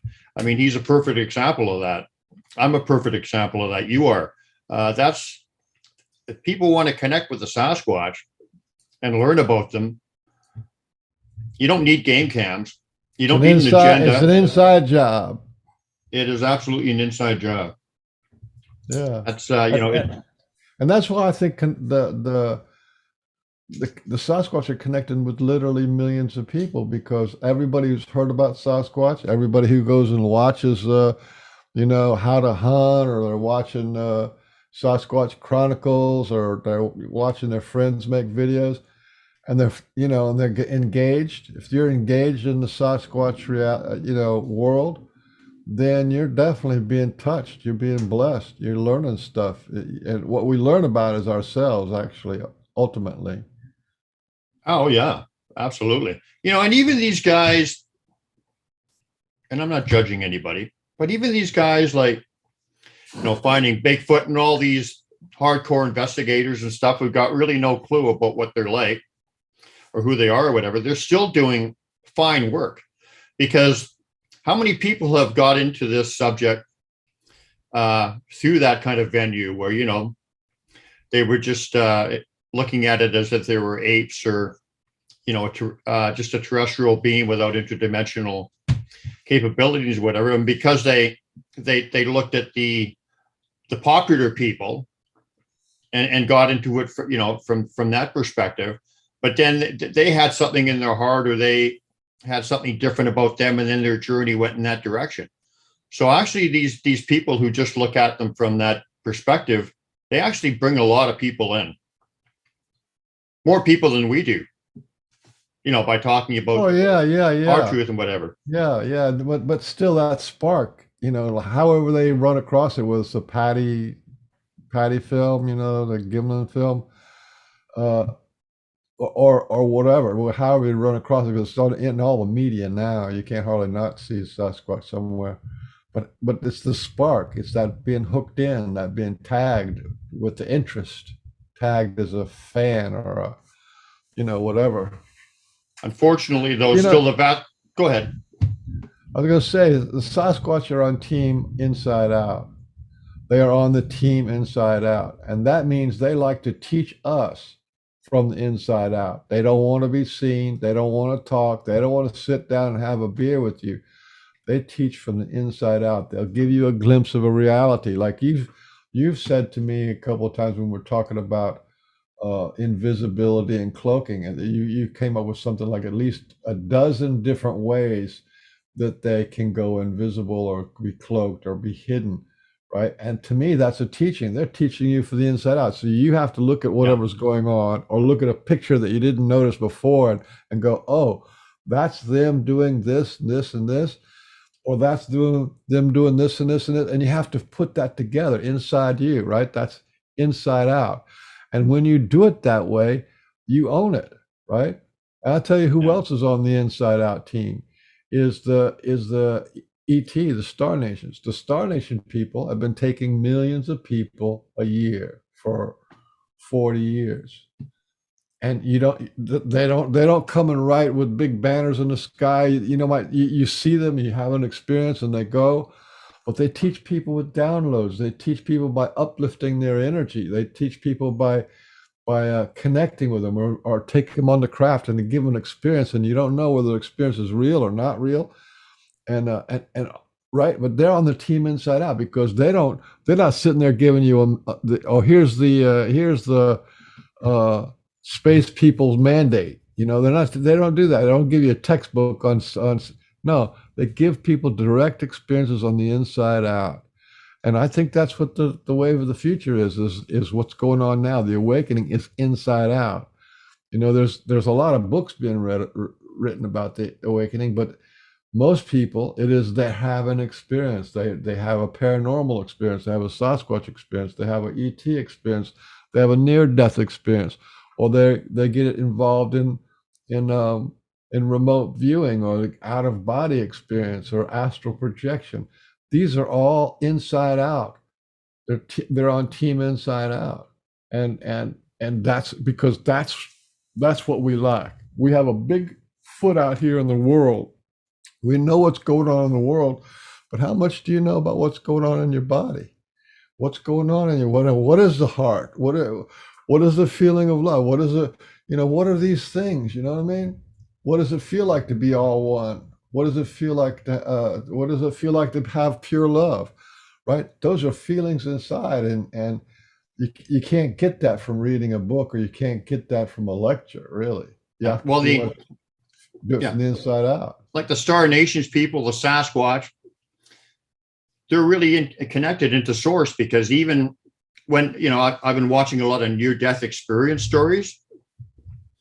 And I had a list. Out, man. Actually, I'll go bring that list up. Maybe I should read that list. That would be good, wouldn't it?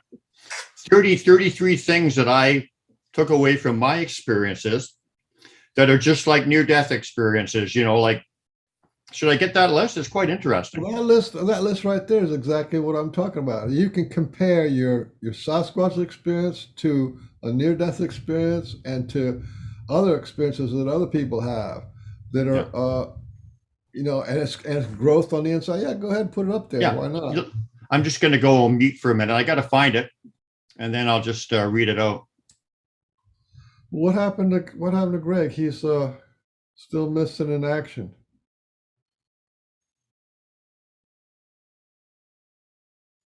Oh, I just got out of Facebook jail.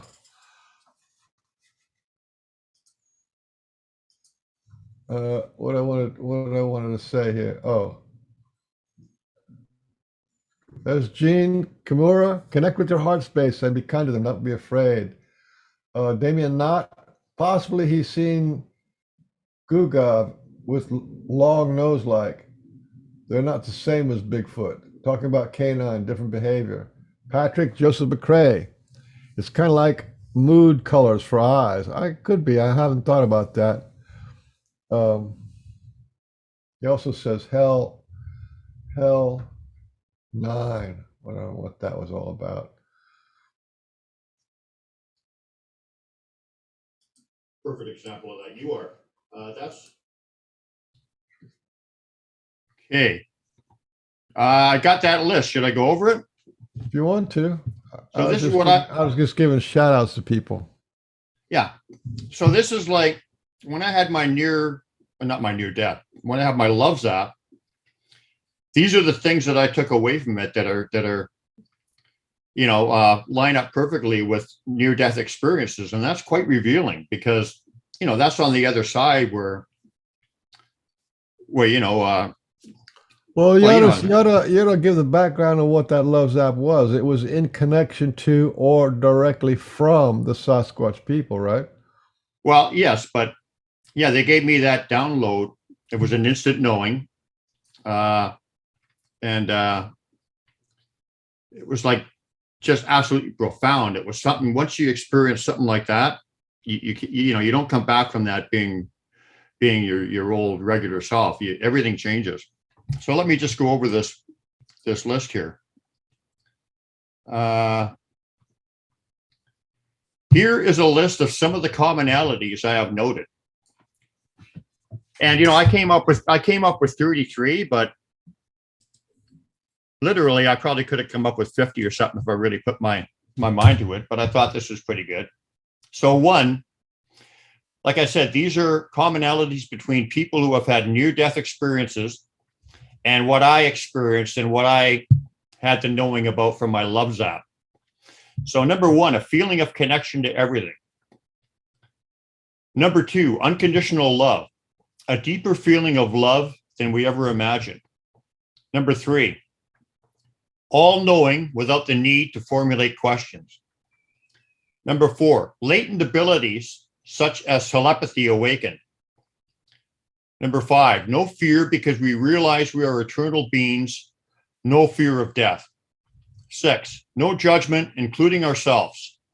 Love does not judge. The including ourselves is actually where we have to start from. We have to forgive ourselves before we can move on. Number seven, the feeling drive to have a mission for good in our life. Number eight, a deep love and respect for all living things. We do not place ourselves above any living thing. And that was just a knowing. I just had that knowing in that state.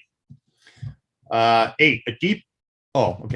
nine, priorities changed. Material things seem less important. 10, problems real and perceived become less important and do not affect us as much. 11, we realize that division is a man-made concept. 12, time does not exist in the sense of our linear understanding of it. 13, we feel complete and whole. 14, we realize the afterlife is more real than this one, and this existence is a classroom for soul growth. 15, we are able to step outside of stagnant, controlling boxes of belief and programmed societal norms where all new knowledge exists. 16, a sense of invulnerability, peace and calm, because nothing external can affect us as it did before. 17, a deep faith in spirituality as opposed to religion. 18, happiness from within instead of searching for it from external sources.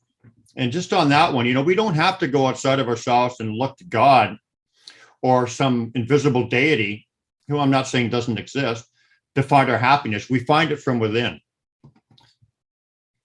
19, we understand that energy is the true universal language.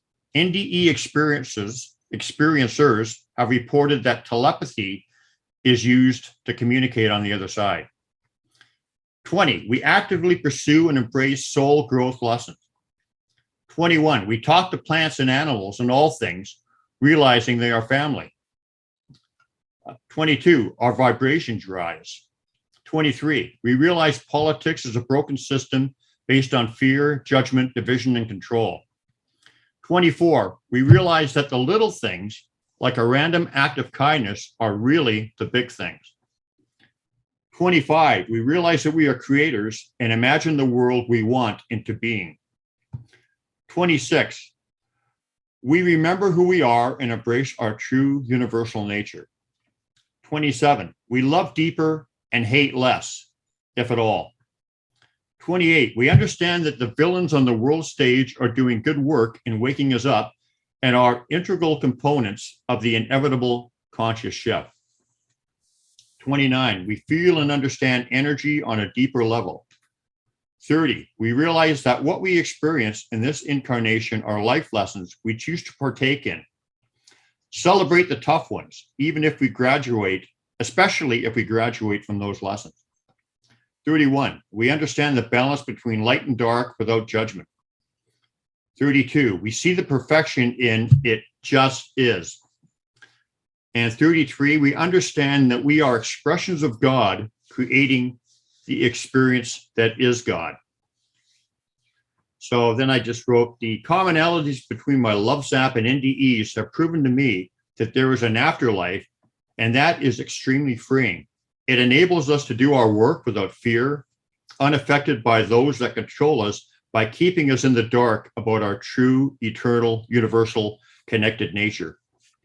It also adds credibility and validity to my experience, and conversely to theirs. So that's just a list of, Well, you know, quite a cop. that's a good list. Well, here's the thing. Here's the thing. Like when you talk about team inside out, right? The near death experience, the ones who are doing the teaching, right, are God and the angels and the light beings that whoever you meet when you go to the other side. That's who's on that team. That's the team inside. That's part of the team inside out.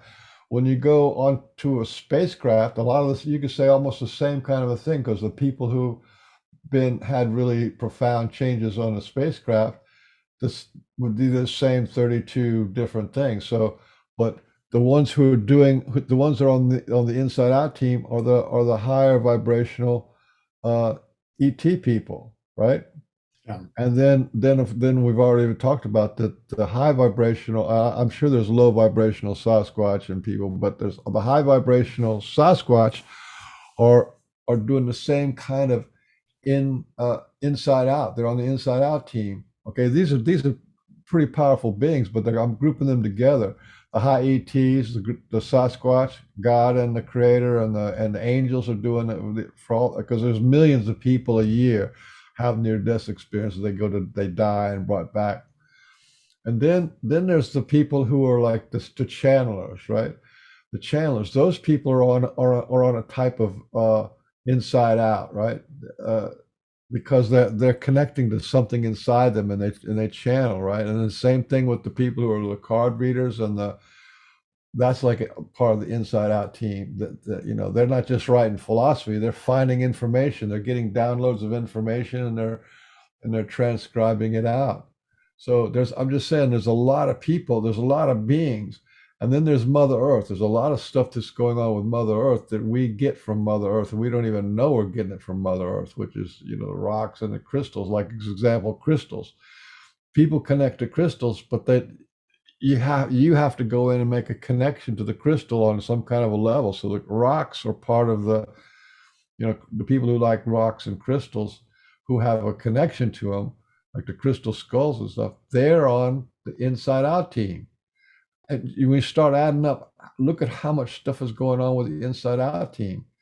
You know, the Star Nations, the Sasquatch people, the Dogman people, I'm sure the people who are into fairies, that's an inside out thing. You know what I mean? It's incredible. Yeah. When you put it that way, it's not just us against the cabal. It's not just us against the habits of the society. There's teams of people doing the same thing, that high beings doing the same thing, to awaken us on the inside, to connect us on the inside, to illuminate us on the inside, to change our thoughts and beliefs and points of view. There's a lot of people involved in that, like hypnotic, what's that, Dolores Cannon, quantum hypnotic thing, right? Well, you hypnotize people, which is just like a really light trance, and all of a sudden the whole inside of you opens up, and you past life regressions and future life regressions and all that kind of stuff, and healing and all that. The healers are on the inside out team, because most of the healers are these healers. They're not giving you drugs. They're changing your energy. That's the inside out team. So, and it's exciting because it's only on the last 40 or so years that this shift from the outside to the inside.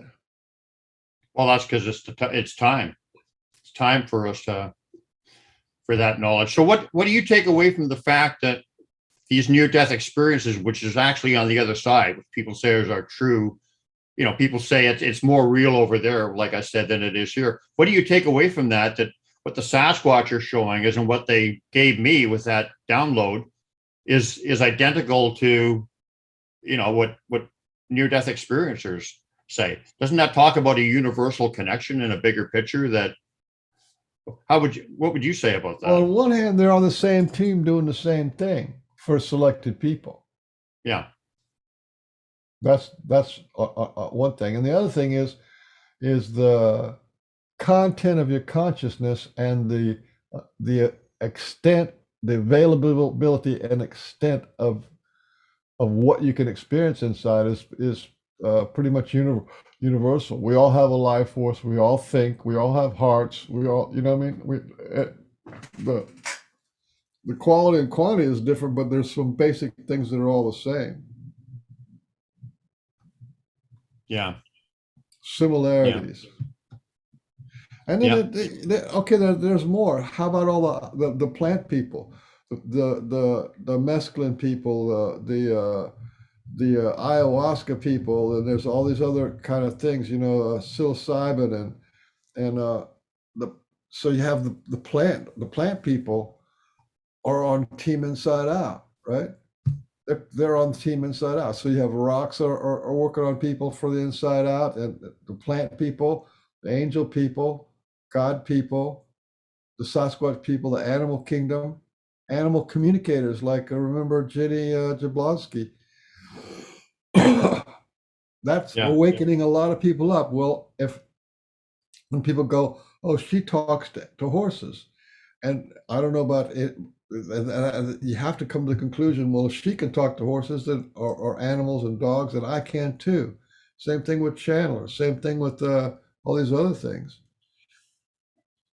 The what do you call it?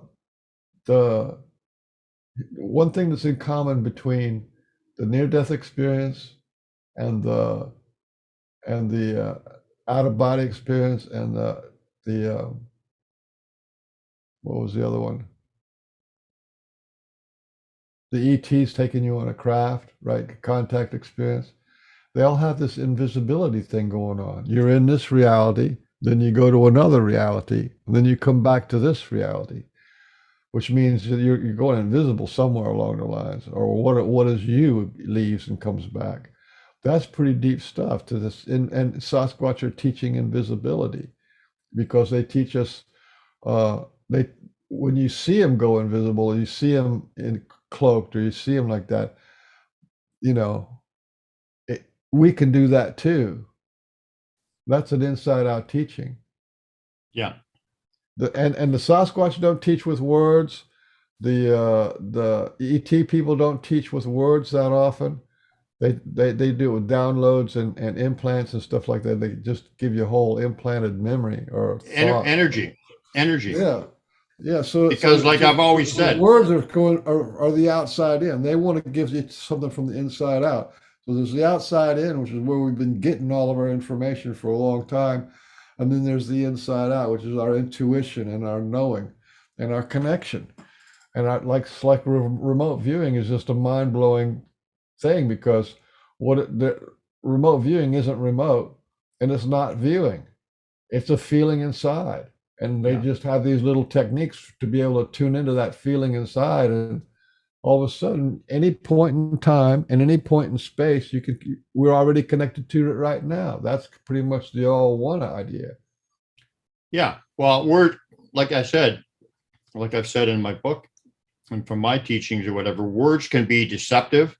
People can have bad intentions and say anything with words, or they can be misinterpreted, because of a language barrier or whatever. But energy is not the same way.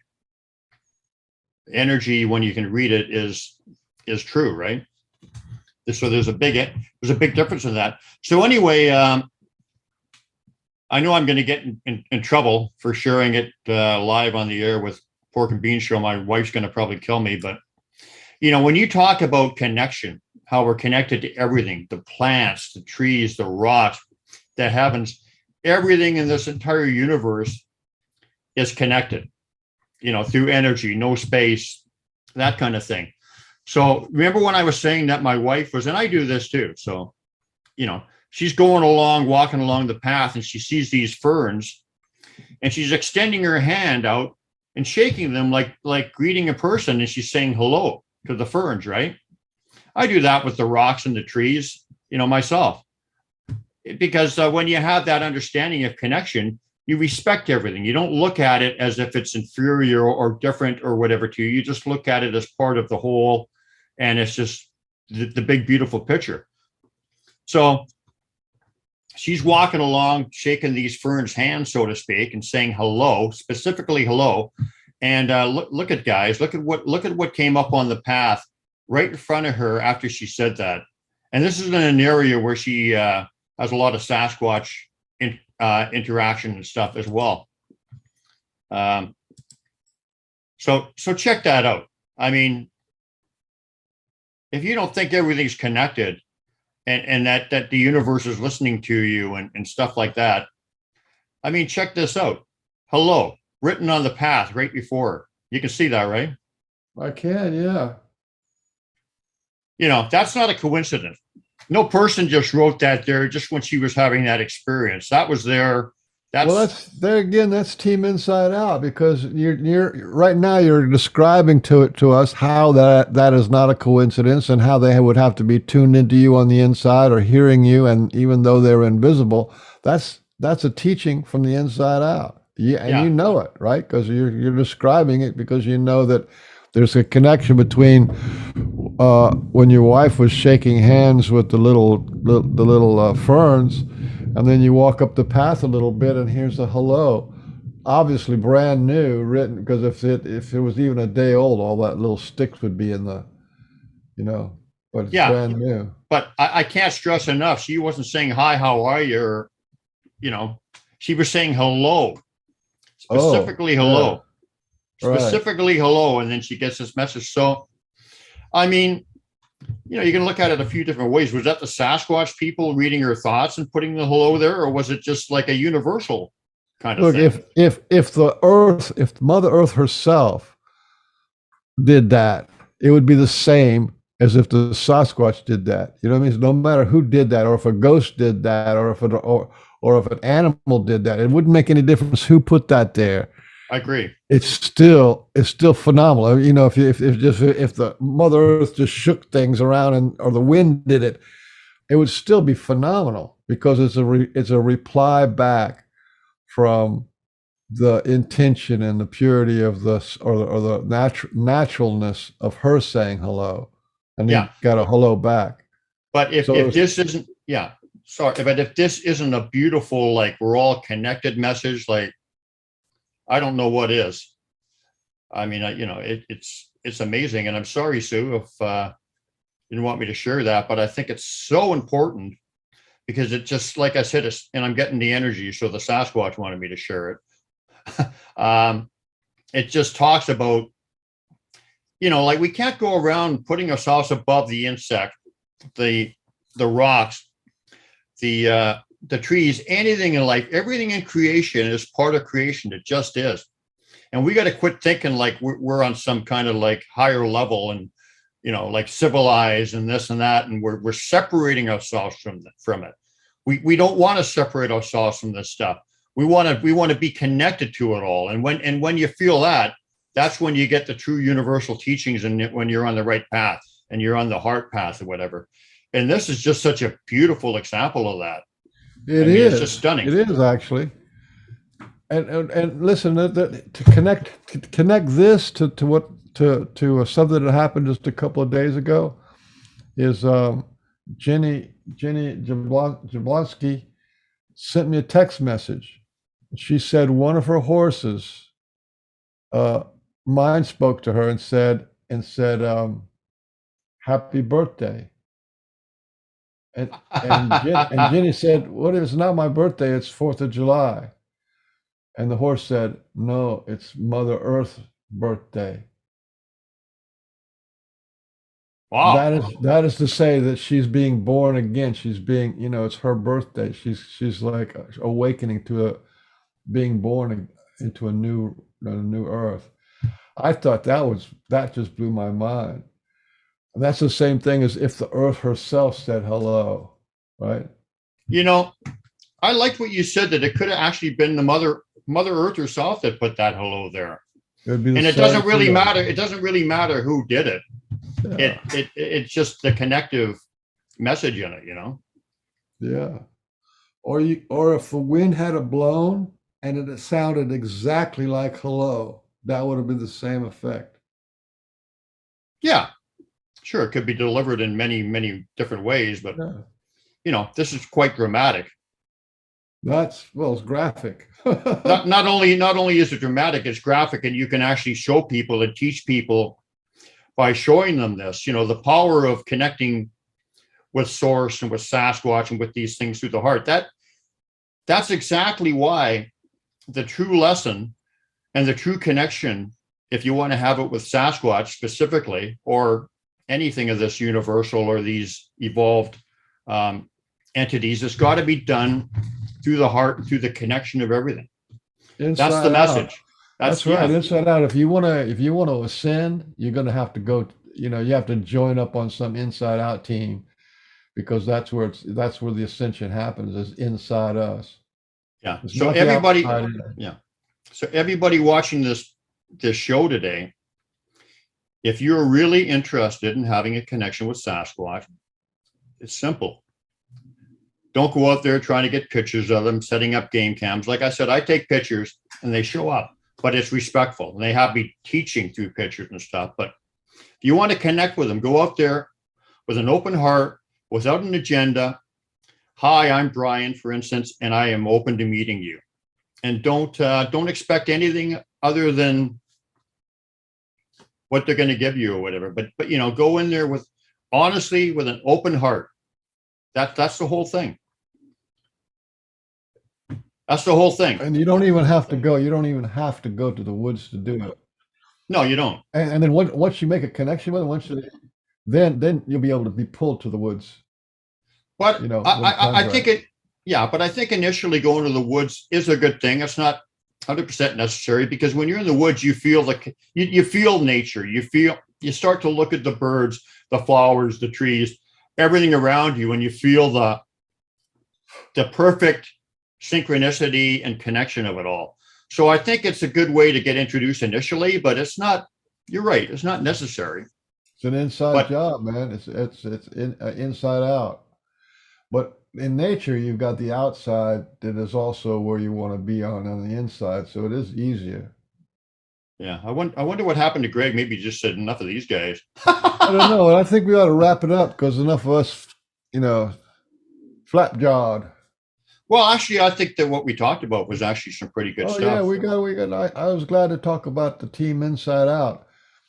Everybody needs to be. That's what's coming on now. I mean, if you want to look at the politics, you want to look at the wars, you want to look at the poisoning of the drug industry, you want to look at the people coming into the country or not coming into the country, or you want to look at all this stuff. That's outside in, and it just make you sick. Yeah.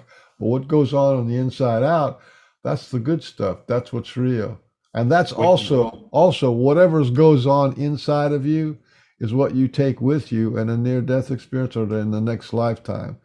Yeah. So it's worth looking after that stuff. You're not gonna go when you die, go up to heaven and says, well, what about the political this, and what about the war over here? And no, that stuff is outside. That's all a distraction to keep us from our true self.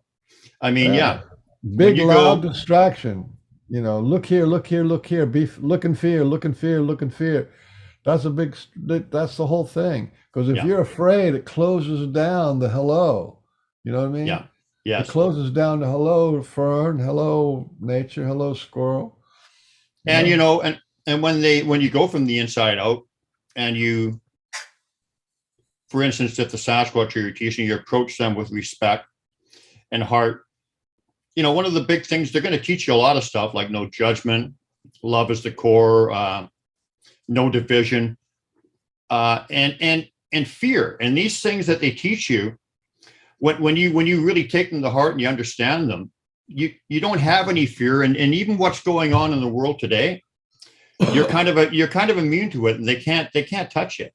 They can't touch you because there's nothing to fear, and it's all a lie, and it just becomes like a play played out before your eyes that is a bunch of bullshit, and you rise above it. So it's really freeing this kind of connection and this kind of knowledge and stuff. It's so freeing because you're basically immune to all the nonsense that's going on. I think so, yeah. And the other thing is about being inner directed instead of outer directed. That's a big shift that a lot of people have never done, to be inner directed instead of outer directed, to feel your hearts and feel your what you need, and to feel your level of anxiety or pressure, or relaxed and grateful. So that's a whole different world. There's only two places in the whole universe. In the whole universe, there's only two places: outside you and inside you. And all the good stuff happens to be inside you. Yeah, I agree. Yep. Bye-bye. Well, hang on a minute. Thanks Hang on a minute. for showing up on Pork and Beans. What? Well, I just wanted to thank Greg for showing up. Greg was obviously- great, man. Greg was great.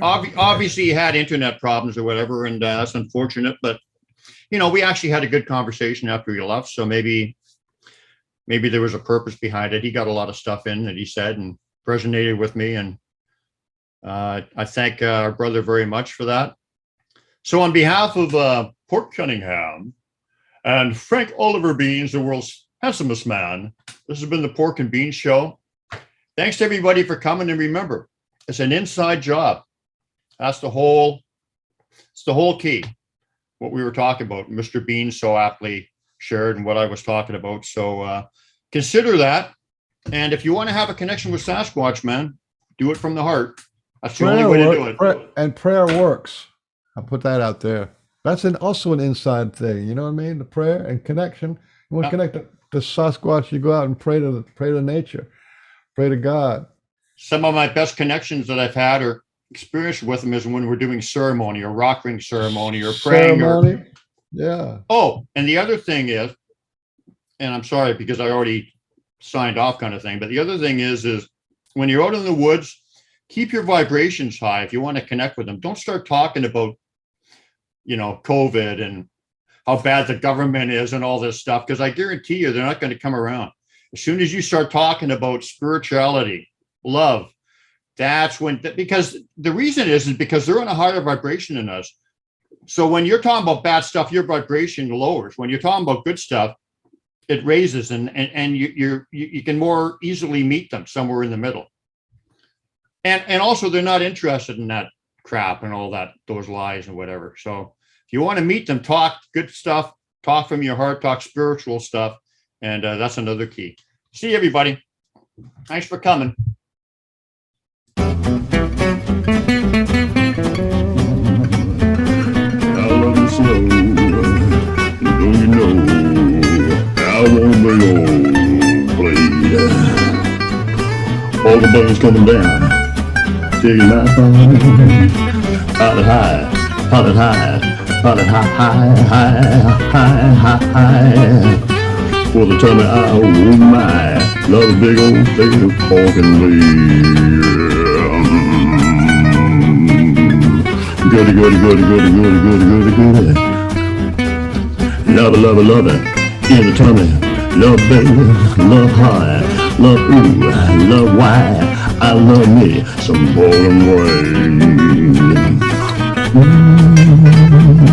Don't you know you gotta need that feed. You got to have some pork and beans. Pork and beans. I'm gonna holla, yo, mashed potato, oh, have it now, don't wait for later, hot it high.